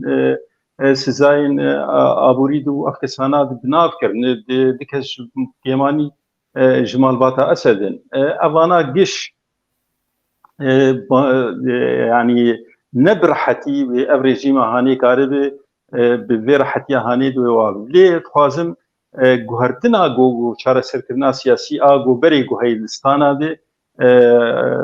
كاك عبد الواقي قوت كرن ادبيم استوانا دي دبان دانو سندني جو اب لبو تفقرا جو دبلوماسي جو هي تيكرن دبي جو او قوليا هاني حبكي زياده بدولتك عربي درباسي وي ويتشاغي دبي جو امريكا واوروبي جي نارينا قدن دوي مساله ديكرن چارەسەری ئاوایسی و تەبدێت زانە پێژی ژێ ئەستانە دێ ئەv گوهرتنا گۆ بریارە 2254 یا گۆ هات کرن قەڤزین لەسەر خالێکێ و چون خالا ددوا یا گۆ دەستورەیە و هەشت گەڕێن جنێڤێ هاتین کردن و ئانە هادە حەتانە دێ تێ بەرهەمێوێتنە و تشتێکی ژە ڕێژیمێ و رووسیا خەنەدایی بەروێ ji bo dê astengîl pêşiyê hene heta ana dê Kurtiya wê heta ana dê dewletê xwedîbandor di rewşa Sûrî de bi kêmanîn dê rewşa Sûrî nexistine çareseriyê de biqendir got heta ana îdaret wektevî Ereb dibêjin di îdaretil ezmî de. Belê gelekî spas em derbasî xala xwe çara bibin. Eger hevalê me bînin serek ne belê rola Amerîka di normalizebûna peywendiyên Enqere Şam û dewletên Erebî de çi ye? Me behsa hemî dewletên Ereba kir, me behsa Sûriye kir, me behsa Sînê kir, belkî hindik me behsa Amerîka kir lê em dizanin ku Amerîka wek cenabê we jî behs kir hem li nav dewletên Erebî bandorekî wî yê berbiçav heye, bandorekî wî yê giran heye û hem jî li rojhilata navîn bi giştî xwe yê gotinekî ye, xwe yê cihekî ye, xwe yê rolekî wî heye û em dibînin ku anha ev peywendiyên Enqere û Şam û dewletên Erebî mîna ku çawa li dij peywendiyê ya jî li dij daxwazên Amerîka be lê bi awakî din jî Amerîka jî di binî de dengê xwe nake wek normal dibîne wek xwezayî dibîne û dibêje belkî di binî de helbet planê wê A, B, C, D çi hebin nizanin em belkî jî li gor daxwazê wî jî bi rêva diçe. Ez dixwazim vîya cenabê we dîsa birêz Enver hema cenabê te di vî warî de çi dibêje û paşê jî em derbasê mêvanê xwe dinê bin yanî Amerîka vî normalizebûnê ya jî van danûstandina van peywendiya çawa dibîne çi qasa li siyaseta wî yê li rojhilata navê li siyaseta wî yê li nav Ereba û her wiha di dewletên ku di nav Sûriyê de rolê wan heye çi qasa li wan tê. بێگومان ئەمریکا دەولەتێک مەزنە و دەولەتێک خودیباندۆر و کەس نکارێ وەک دەبێت ڕۆلا ئەمریکا کێم بێکێ لێ دەبێ گۆ قۆناغمان سیاسەت ئەمریکیشخوا بەرگیشت بێم ئارمانجێ ئەمریکا دەبەرێ ناز بکەین یعنی تایبەتی گرێدانا ڕەوشا سووری دی یعنی ئەمریکا تشتی سەرەکە جەموێ ئەولەهیا ئیسرائیلی دویەم شەڕێ تەرۆرێ سێم بەرێ ئەف دگوت ئانا نەمات بێژێ ئەنۆ کارە بێ ئیرانی نفوزاوی دەندری سووری کێم بێکێ یعنی ئەف بێتری تشتێک و ئەمریکا دەبەرێ دخوازن دەبێ مەسەلێ دوان چەرچەوە کارکردی و هەبووناوێ دی سووری دێ پشتی دەربازبوونا داعش و ئەفکارێک گوتێکردن و ئەو ژی بابەتێک لە حال وەک دەبێ سەرێ خۆی وەک دەبێ شرۆڤات تایبەت ژێر دەبێ تێکردن و چاوە دەولەتکارن ڕێخستناچیەکەن بۆ گۆ دەرباز بن و هەبوونا خەدێندرێوان وڵاتە پەیدا بکەن و ناکۆکیە گوتندرێ دەبەرێ چێ دەبن وا دەبێت باوەریامە دێ ئەمریکا دەستپێکێک دەرباز بوو بۆ کۆچاوە شخۆبەرێ دەندری عراقی دەبوو جیرانەی دەولەتا سووری بوو پشتی دەربازبوونا داعش و کریارێک و داعش هاتکردن و تایبەتی کۆبانەی 2015 دێ ئەمریکی وێچایە پەیمانی هات ئاواکردن و تەبدێم زانن بێچاوە دەرباسی هێندەری سووری هاتکردن و ما هێندەری سووری یەک ژێ ئەرمانجێ ئەمریکا دێ ئەو بوژی گۆ رووس پشتی دەربازکردنا رووسیا بە ئاواکی دیرێک هێندەرەی شەڕی سووری و لەشکرێ وێ و تەیارە بالەفرێ وێ گۆ خەلکی سووری تێ هاتن ئارمانجکردن ويجي خواست گونی گیوید هندری ویده بگو کاربه وقت به سینورکی دنابرا خو و روسیا دبیهله و کاغته که دستیوید نگو به عرضهانی والا بهله چه روسار حتی داوی دوی قناغه هانی دیجی تبیولو دیجی امریکا وی بابتا هانی بابتا سعودی مثلا اوکراینیا ره تمی دهات هنبری هلبود وچای مثلا قرم بونه اوکراینیا و شر اوکراینیا تنه بود لی مثلا قرم بون و چاوی کاری به روسا جویده که درخو به لی ری بدن اوکراینیا گو درواسی اتحاد اروپی ببین درواسی ناتو وان اوانا گش کاغتن گو امریکی کاری بون دفری دی کاربین و دستی خود دوی قناغه دادین لی پشتی بايدن هات دسبيك هاويدي بايدن او ترامب جي يبيرا وتبادي خوزغو السوري بكشد وشاغي هناك كونغرسمان امريكي انه اف كشاندنا هاني دبي جو اف كسي جو شرب مركرني ام تعديل وان بكين ودي فرسنا وان بكن وشاغي قوتني ترامب جي قالك ديارن جو كسانا آلیکاری مرکرنه به پری خود مرشوغلینه و ایرو ام نمجبوری وانین گو ام بپاریزن حبکی تشتکی گو تشتکی گو الجم ترامپ هبوش با بزلالی تشتگوتن يعني ايش دولة اردوغوت ازود باريزم دبي هون ما حقيمه بدن ماز نحارس من الجمع گو ازود بپاریزم سر هيدي و چقداري ويجي ويچاي گو ابانا لبكاري خو بپری خود جمع شغلين و وان في مفيد جوان كري وان في دجوي كري تالي از نمجبورم گو وان بپاریزم لی سیاستك المهم وقت بسياستها گو هات مشاندن گو هناك كيزا امريكي بمين ويرو قوتها گو امريكي جيش دندر دبريد هناك جيش نحسد عسكرا لي امريكا عسكرا كي جي گو ليبن شخوت دولة نكاري نيزيكي امريكا برحتي بوير حتى گو خلق فازل ايرو بايدن د بشر بايدن جي خواست هولدان انو يهابو گو جدبرا سوري دركبه ومثلا هاني دي وقت بي همبري و روسيا تنازلات ناجر بك سوري دركب وملف سوري قانع بون امريكا واسرائيل جو ملف دستي سوري روسادي جبر روسا او ضمانه او جارانتيا جو اسرائيل دخست بيجو ماندا اسرائيل هون دبين جيب روجانه نوچيانتي خيانه كرن بربچاو جو بالافر و صواريخ اسرائيلي جي جو دخوازن جو چاوا تلگرك ميليشيات ايراني ميليشيا ايراني هبن لي دخل و چت بالافر جو بارك بير هبي جي مشكه بيان چكاوي اسرائيل يكو يك اريشيوي دكو تندكو ابدري بشاوي ذكري و وريغري بشاوي ناي كرنج بولوجي بايدن دخست جو بكش ليك شاندناويج افغانستاني بو بارگرانی سر بايدن يعني كشاندناوي افغانستاني دبراستي كشاندنك گلکی خراب بآوایکی بولو به مرونزانی چنا ویلی بکی لی باوریام دی اف کشاندن که نگلکی برای باش بو گوچاوات رخصنک تروریست هف قیسه آلاب و درفت و هر تشتی و ولاتکی که به تمامتی ترادستی وی بکو پشتی هف قیسه سال جشر و فرچونه دی گوشبوت کاره دی وش قاعده خلاص بك تغيير وت رادستي قاعده قدم بناوي كيدن رادستي بيكر او يا ابو باندور گوش سوري نه يكشان لان معناتها امريكا حتى داوي جي سوري بمينه باوري هم دي هاجر بلكي بري دروجا كونغرس كي مشروع كي قدمان دي جو كونغرس بيجو بتشاو امريكا جندري ويديك شاندن بالعاده جي قالوا كونغرس كي قدمينه كشتي چند روجات دي او قرار هني دي مناقشه كرن وده تبي ادرنك لي امريكا ايرو شري اوكرانيا دي ريغريل بيشا امريكا دي دبره هني دي باوريام دي وينكش دي دبره سوري دي ويندري سوري دمينه لي معناتها امريكا وريغريه ريغريال بيشا قصدي ناقر يعني قصدي درب شو بروما قصدي جدسبيك اخذ حتى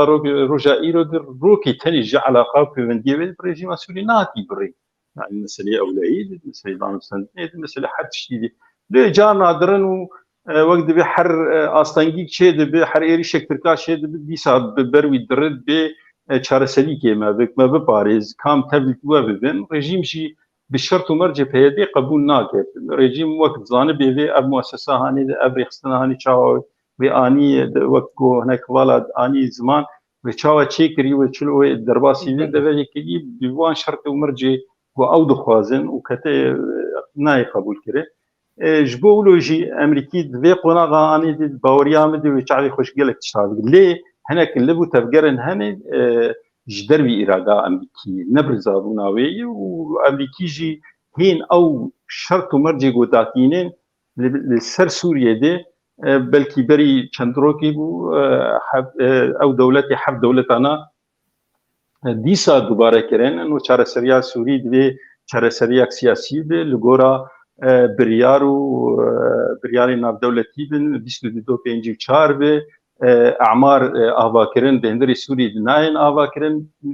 tê wateya got çi dewletên Erebî îro godan û stendinê bi rejîma Sûrî jî bikin Emerîka siza li ser rejîma Sûrî heye wê godan û stendinê di meselê aborî dikin yani dimînin meselên şeklî siyasî bi vê rejîma hanê di lê sibe Siûdiyê nikare proja di hindirê Sûriyê dibeke û ne Tirkarin de van proja di hindirê Sûriyê dibeke ji ber got sezayên Emerîkî li ser rejîma Sûrî de hene ji bo vê Emerîka heta roja îro bandor lê tiştê em tev dixwînin ê got li ber çavê me ye em di siyaseta Emerîkî de li ber çavê ti projak siyasî Emerîkî projak Emerîkî din deverê ditine ye Emerîka heta ana de di rewşa Sûrî de zelalî تعامل bi vê rewşehanî nekiriye ji xeynî gomelefê irhabê û danûstendin mesela ewlehiya İsraîlê de zêdî vê ya de çareseriyê de dema pozisyona Sûrî hat kirin destpêkê de û li kêleka milletê Sûrî heta ana jî qet bînê li kêleka milletê Sûrî opozisyonê ne li kêleka rejîmê ye li gora biryarê navdewletî û ji xwe Emerîka bû ê got hişt got ev biryara 22.4 bê heta ana jî berdewam in li ser vê ya lê nayê wê wata hanê de got heta dawî jî wê Emerîka berdewam bi ji ber got gelek istikvan di hindirê deverê hen ve xasatan îro ê got ecele dike di çareseriyê de û dixwazî got rewşa Sûrî de Tirk û Siûdî û evana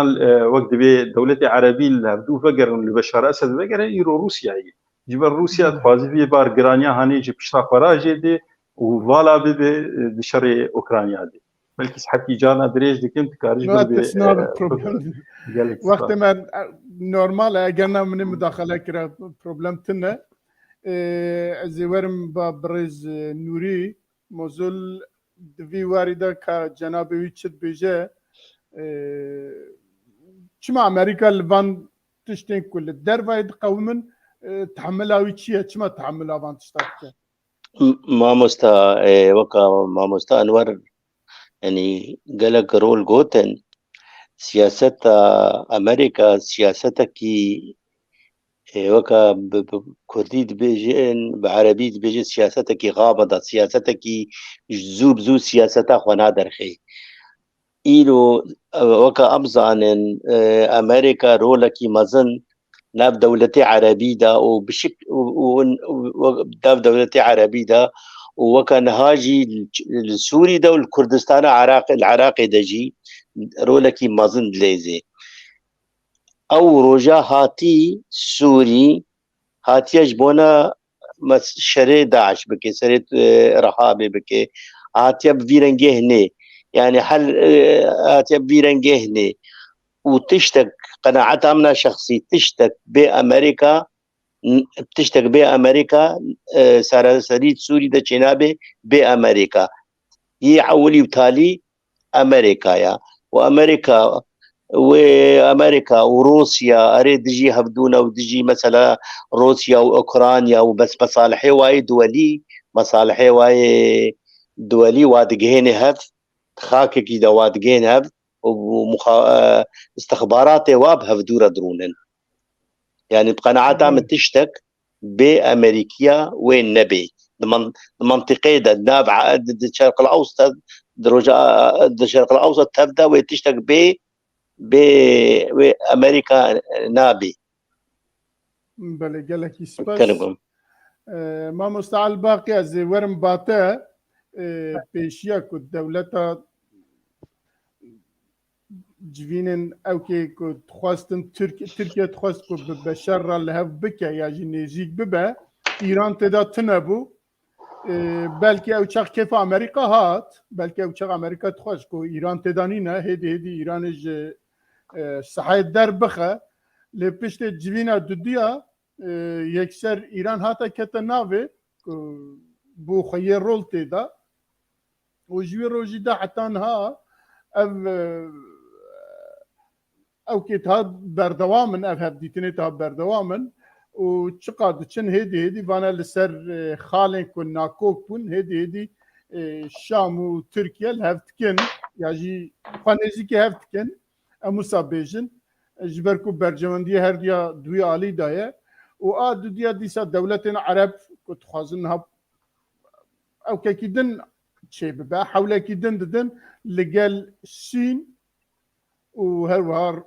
روسيا جيتيدا گوهرتنا کی دن کم مداخله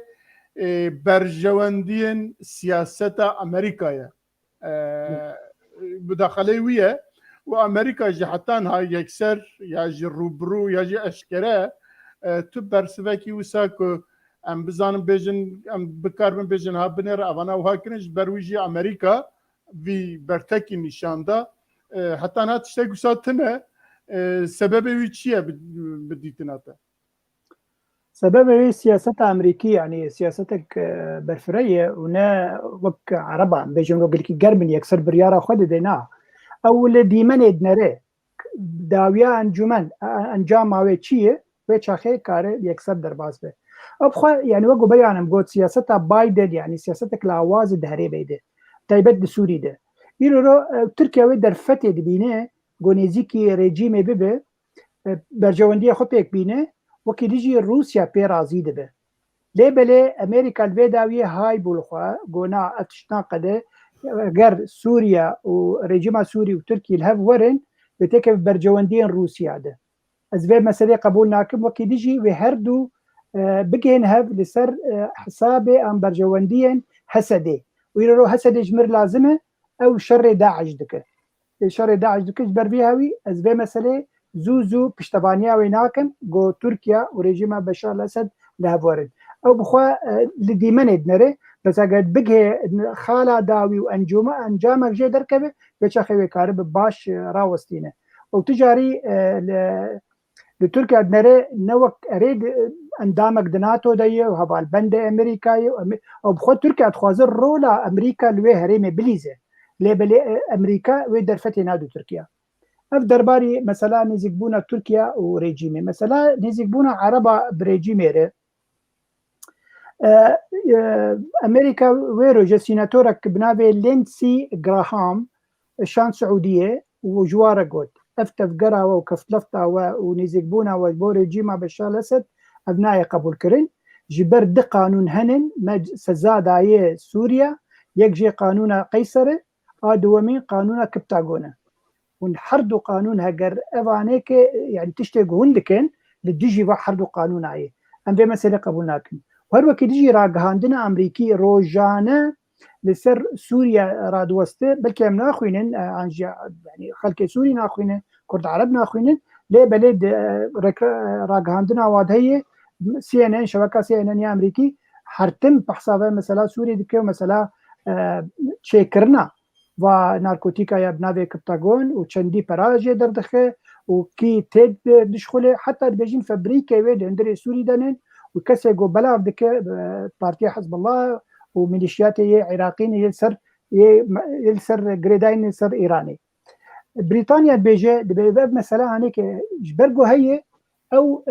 ريجيم سوري فينانسات دك ودبي مثلا قبولنا به جبر لديجي قانونا كبتاغونه بري أنا جماني زمان يعني أود بيجي بينجيو 7 مليار دولار هاتنن بهاتنن وقت بيجن جكرين وفروتنا بكبتاغوني تيج على سوري وسوري بفيرنجي عمري خو تملي خو دريج دك ليه بلا تشتدي يعني سازين ما في المروفا لامريكا يرو قال لك بتندي لسر رجيم بشار الاسد غاد وسطه ودبيجي 150,000 كس حتى ايرورو دي زندان رژیما سووری هەیە وەکی دیژی 96,000 کەس هەنن کۆ هاتنن بەشارتن ئاژی هاتنن ڕەواندن ji alî rejîma Sûrî ve ev divê hemî tişt bên xuyakirin ji bo raya giştî wekî dî jî divê rejîma Sûrî bê dagehkirin demek eger reaksyonek Emerîka hebe ve indirekt be ana ne yeksere yani diriya ev saziyên mafê mirovan de diriya ragihandina xwe de ew li dijî va çîrokên an jî van têkiliyên godnabera عربان و rejîma Sûrî çêdibe an bera Tirkiye û rejîma Sûrî çêdibe ew hewildan heye ji ber vî hawî Amerîka ne çavgirtiye Amerîka hayê wê ji dîmenê hemî heye belê gelekî spas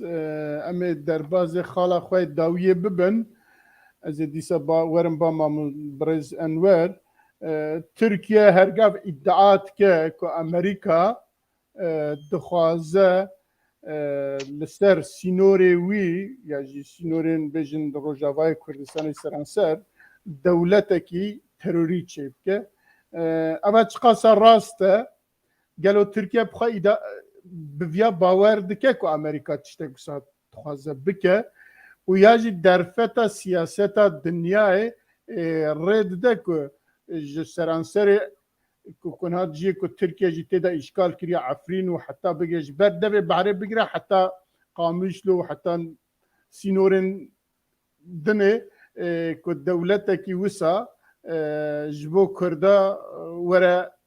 تو پلانک پروژه کی او که وسا هيا ترکیه بخواد بوی باور دکه یانا و براستی او که امریکای وسا جی هيا یانا و کردجی جبو یا آمادانه یانا اموی جی بیجن باوریا میدم دست به امریکا بکن پروژه امریکی عالی روشا کردی دی تایبت دتنی بلکه آواکی گشتی روشا سوری هی و لگورا و بریاری دولتی کو دانو سندن به جنیدی تکرن نابینا رژیم و اپوزیسیونی لیب آواکی زلال دیتن گلک جارا به وزارت دروه امریکی هاتی دیتن به نونری امریکا لهندری کردستان سوری هاتی دیتین گلک جاراد تشتکی پروژه د عالیه کردادی تنهی دیار تنهی لید دبیجن مافی ملت کرد وقت مکونه کی لهندری سوری د پاراستی به اوایات یگوتن بلکی لهندری و روس دبی اوای د پیشکتی ترند د امریکا د زلال بونا نرينا خودي وبلكي و جارك دستورك شي درخستن رشبلك دستوري درخستن براستي بيشكتي بالنسبه لشبونا دولة سوريا وشاغيد تفكير سياسي جي اريكر سروي انه مدينين قالكي باش اجبولو روس بيشكتي ترنج امريكا مساله ما في كردي اگر امريكا بری دولتك كردستان سوريا آوابك دولتك دنها بو خودي حرتش بون وكاريبون وكنت بزانين دماغو خواستن جو استفتاء كي تشيكن كاك مسعود برزاني دي دوي قناغي دي الموقف امريكا وبتايبت بريطانيا ويتشاوال جيوي دركتن ومديدة چه بولاد سری ملت کرد و قناعی دانین و شاید دولت عراقی گلک دوری گوید دستی کرداد و دستی کرداد دستن ایرو امریکا پروژه گوهرتن د استراتژی دور ده یا گو دور ده دبی گوهره لی ام بخوا کردجی جبو ام گناه کشی نخست نستی امریکا و بریتانیا ده باوری آمده تمی ده دولت سرکه دباندورا مسئله کردی و روشلاتا تایبتی یعنی امريكا وبريطانيا انا بدود اوروباتي يعني ابيغو خدي باندورن ودانستن نيوان سر اصلا ديلكي بلنتيكرن وكارن دي دبري دي خدي باندورن قنا جغيني امريكا وبريطانيا دي سر اصلا كرداتي كرن فرض بخوا دي چقونا غيدن دي روشي دني سياسه كرد لكيدكي كرد كاري چ سياسته بكي کرد چخیسی الهبدو کریه چخیسی کاره خواب دو خیانه کرن کاره برجواندی خلقی بپارزه و د پشت برجوندی خو به پارێزێ کارێ پێچراوە گوتنا خۆی یان نیشتمانی بکی یەک و لە هەمبەری ئێگۆ داگیرکەری وی بیاگۆ لە هەمبەری ئۆپۆزیسیۆنا گۆ هەمبەری وی بە ئەوانە گەشت پرسن بەرسەبن ji Kurdatên kirin û Kurd dukî de çi qonagê de ne mixabin di her perçakî Kurdistanê de problemek heye û kêşak me gelekî mezin heye û rastî got mero têk hevê de mero karik gelekî xwe bêşîne yani berî got xelkê bêşîne baweriya min de ev jî sebebekî gelekî muhim tê de nizam hetavê de ki ez ketim vê ya dê ez بعاجزی جبر از دري خود بعاجزی ده از مسئله بیجم وزنافه يعني حقیقت راستی اوه گو ام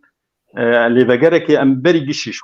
خورچينه كن ام نكاربن خلقي بخو بدن قانع كرين انه والله ام محتاجي ام يعني اف دولتها هاني خوش ما في مي يعني بيغومان دولتها كردي ترك بخوازن عرب بخوازن فرد بخوازن نخوازن و دولتا کردی بی اگر 10 سال دن بن 20 سال دن 100 سال دن بن دوی کرد و عرب دوی کسی گو داکرکری کردستان دی ملت وی به رژیم او به دوی ویا بکر قناعتک باوریک الجم خودی چه کردکی هذا ام جانا اپوزیسیون تدید بیجن هون بیجن نزد اپوزیسیون رژیم دی پنجی د سپیکا گو دولتا سوریه هتیا وا کرن شخورتوانه کل کردار پیدا کر گو اوانا خوازن سوری پرچه بکن باور بک اج اپوزیسیونر دبیجم اج رژیمار دبیجم جی چه کسی گو شریکی مید وی ولاتی دنو ایگو فرد بونه سر ما گو شریکی مبن اگر پشتی 5 ثانیه دن و 2 ثانیه دن دست کاربم ولاتی کی کردستان آمزن آوا بکن 1 ثانیه امل پاش ناخن جبو گو بایا قدبرین بی یعنی و فهم بکن بی مسئله هانی جمد ام ملتکن جما فيمي قوم خدي ولاتي خدن ام ملتك هف قيس صال ما خدمتها هر كسي كريم ما حد تشد تشتي هاتين كردا خدمتها وانكري لي تشتي كردا نكري خدمتها خونه كرن حتى انا ام تمي بارزاني خد فروشن دجمني خو ام تمي بارزاني خدمتها دجمني خو دكن وايرو هوند بينن افدس بشخرياغو هيدي راغهان دي هەگەر خۆ ئەرزانی نەفرۆتە بە ڕژیما سووری دێ و ئەف تشتانە بڕەحەتی بەرێ بەردەستێوان بانە و بسەقفێکی گەلێکی بلند مافی ملەتێ کورد تێت و زەلال بە ڕەوشا کوردستانە سووری تێت زەلال بە هەر تشتێک بۆ کوردا داخوازیە کوردا تێت زەلال بە و نقطە هەری گرنگ ژی ئەو بوو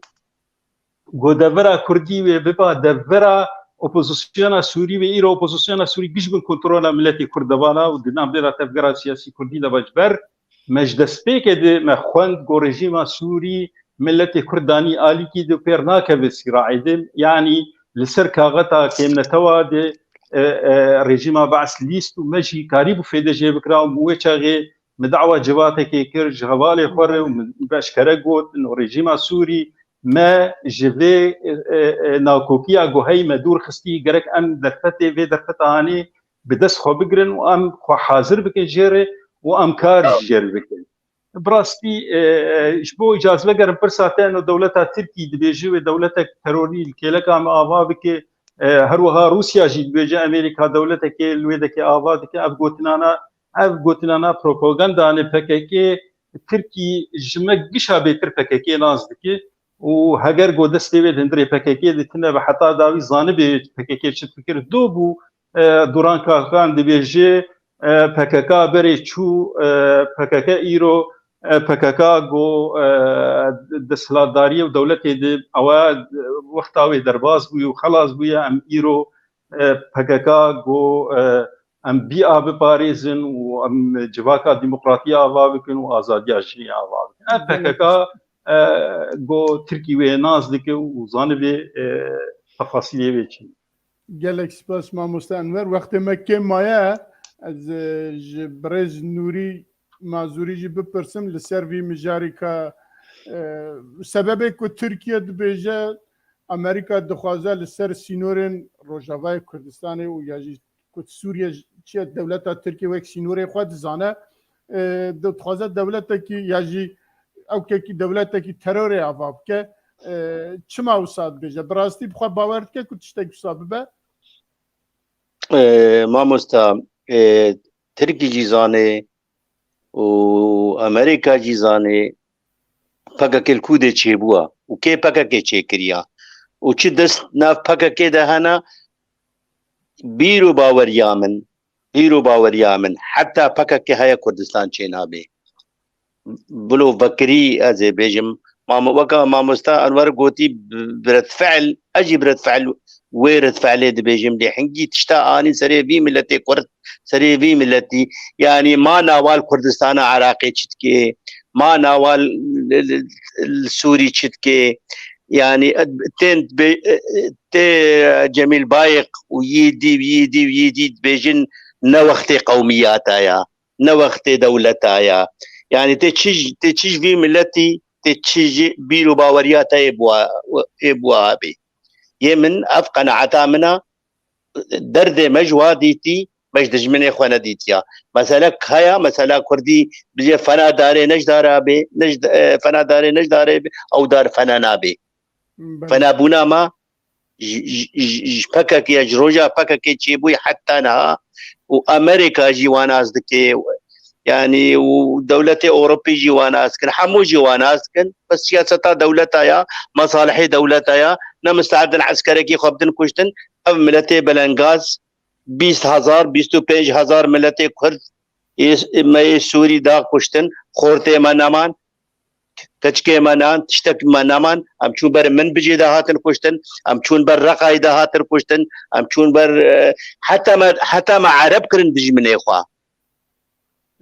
ام مسألة كي درجة انه تركي جمنو تشي ترزاني دولتا بيادة دولتا كردينا بي بس مسألة تركي جي تشيا الكودة مسألة كردي شيبه قبول ناكي كي دولتي ان شاء الله الفرنسا بحثا كردها بكن قبول ناكي بيجي زانبن دجمنا بله بريز نوري قال لك سباس ما مستعل باقي دو دقيقة هي بله بله حكمت حقيمة خوكك لا بله بێگومان مەسەلا تورکیا وەختا دەبێژی دەولەتێک تەرۆر سەر سینۆرێن بێ ئاواکرێن ئەو سیگنالێکە ددی دەولەتی عەرەبە هەگەر دەبێژە هەگەر هایە وەژمێ و سووریا تون نەبێ سووریا پەرچە ببێ یعنی ئەvێ سیگنالی ددە عەرەبە وەکی دێ سیگنالی ددێت ئێرانێکی بخوا ئەنو هەگەر مەدەرفەت دات ئەمریکانە وێ دەولەتێک کوردی چێ ببێ وێ شاخێ کوردستان چێ دەبێ يعني وێ سیگنالی ددە ئێرانێژێ تژی قبول نەکبێ مەسەلەی لێ بەلێ ترسە هەری مەزنیا تورکیا ژێ پەیمانێک لۆزانی نوویە یعنی وەگۆ هەندزانم هەفتا دەربەربوونە 100 ساڵی سەر پەیمانە لۆزانێ دەبێ گۆ تورکیا استخباراتی تورکیا میتێ تورکیا vê xwendinê cem Emerîkana dibînin û tiştekeyê wê guhertinek hebe dê xarîta rojhilata navîn de dibe yani dibe vê xwendin cem wa hebe ji ber vî hawî ji ana vê ragihandinê dikin nû dewletek teror li ser sînorê me bê avekirin ya xalek dî giring heye divê got dema got vê dibêje Amerika kare Amerika û NATO jê bixwazin de başê bêl got Swêd derbasî NATO bibe em ê jî nehêlin got ew dewleta got hişê te de yek bê avakirin heta karim vê yani mesela yek bêkê vê bînin holê lê belê beriyana jî min got Tirkiye dixwaze rola Emerîkana li herêma rojhilata navîn jî wekî dî jî li Sûriya bidestxîne û Amerika bixwe tu carî wê herêmê ji dest xwe nabe ji ber îro ro وەگوتبێژن konflîktek mezin heye yani problemek mezin heye navbera Amerîka û Rûsya û her yek jî dixwaze herêmên di hemî cihanê têxin bin destê xwe de ez ê li vir bisekinim kek Mîrza lê belê pirsek xwişka me Fatma hebû gelekî balkêj bû dixwazim bi yek deqeyekî bikarî bersiv bidî bide eger na wextê me nîne baş ew ê dibêjî dibe yani ev civînên gotnavera Sûriya Tirkiya çê dibin heger hat û çê bû wê çendî tadil kêşa me ya Kurdî bibe û bi çi rengî em karibin xwe biparêzin بێگومان یعنی تبێ نەوێ هەگەر تشتێکی وها چێ بوو تعدا مەزن لە کووردا بێ لێ دیسا دبێژم حتا یەک کورد بمین وەگو کەک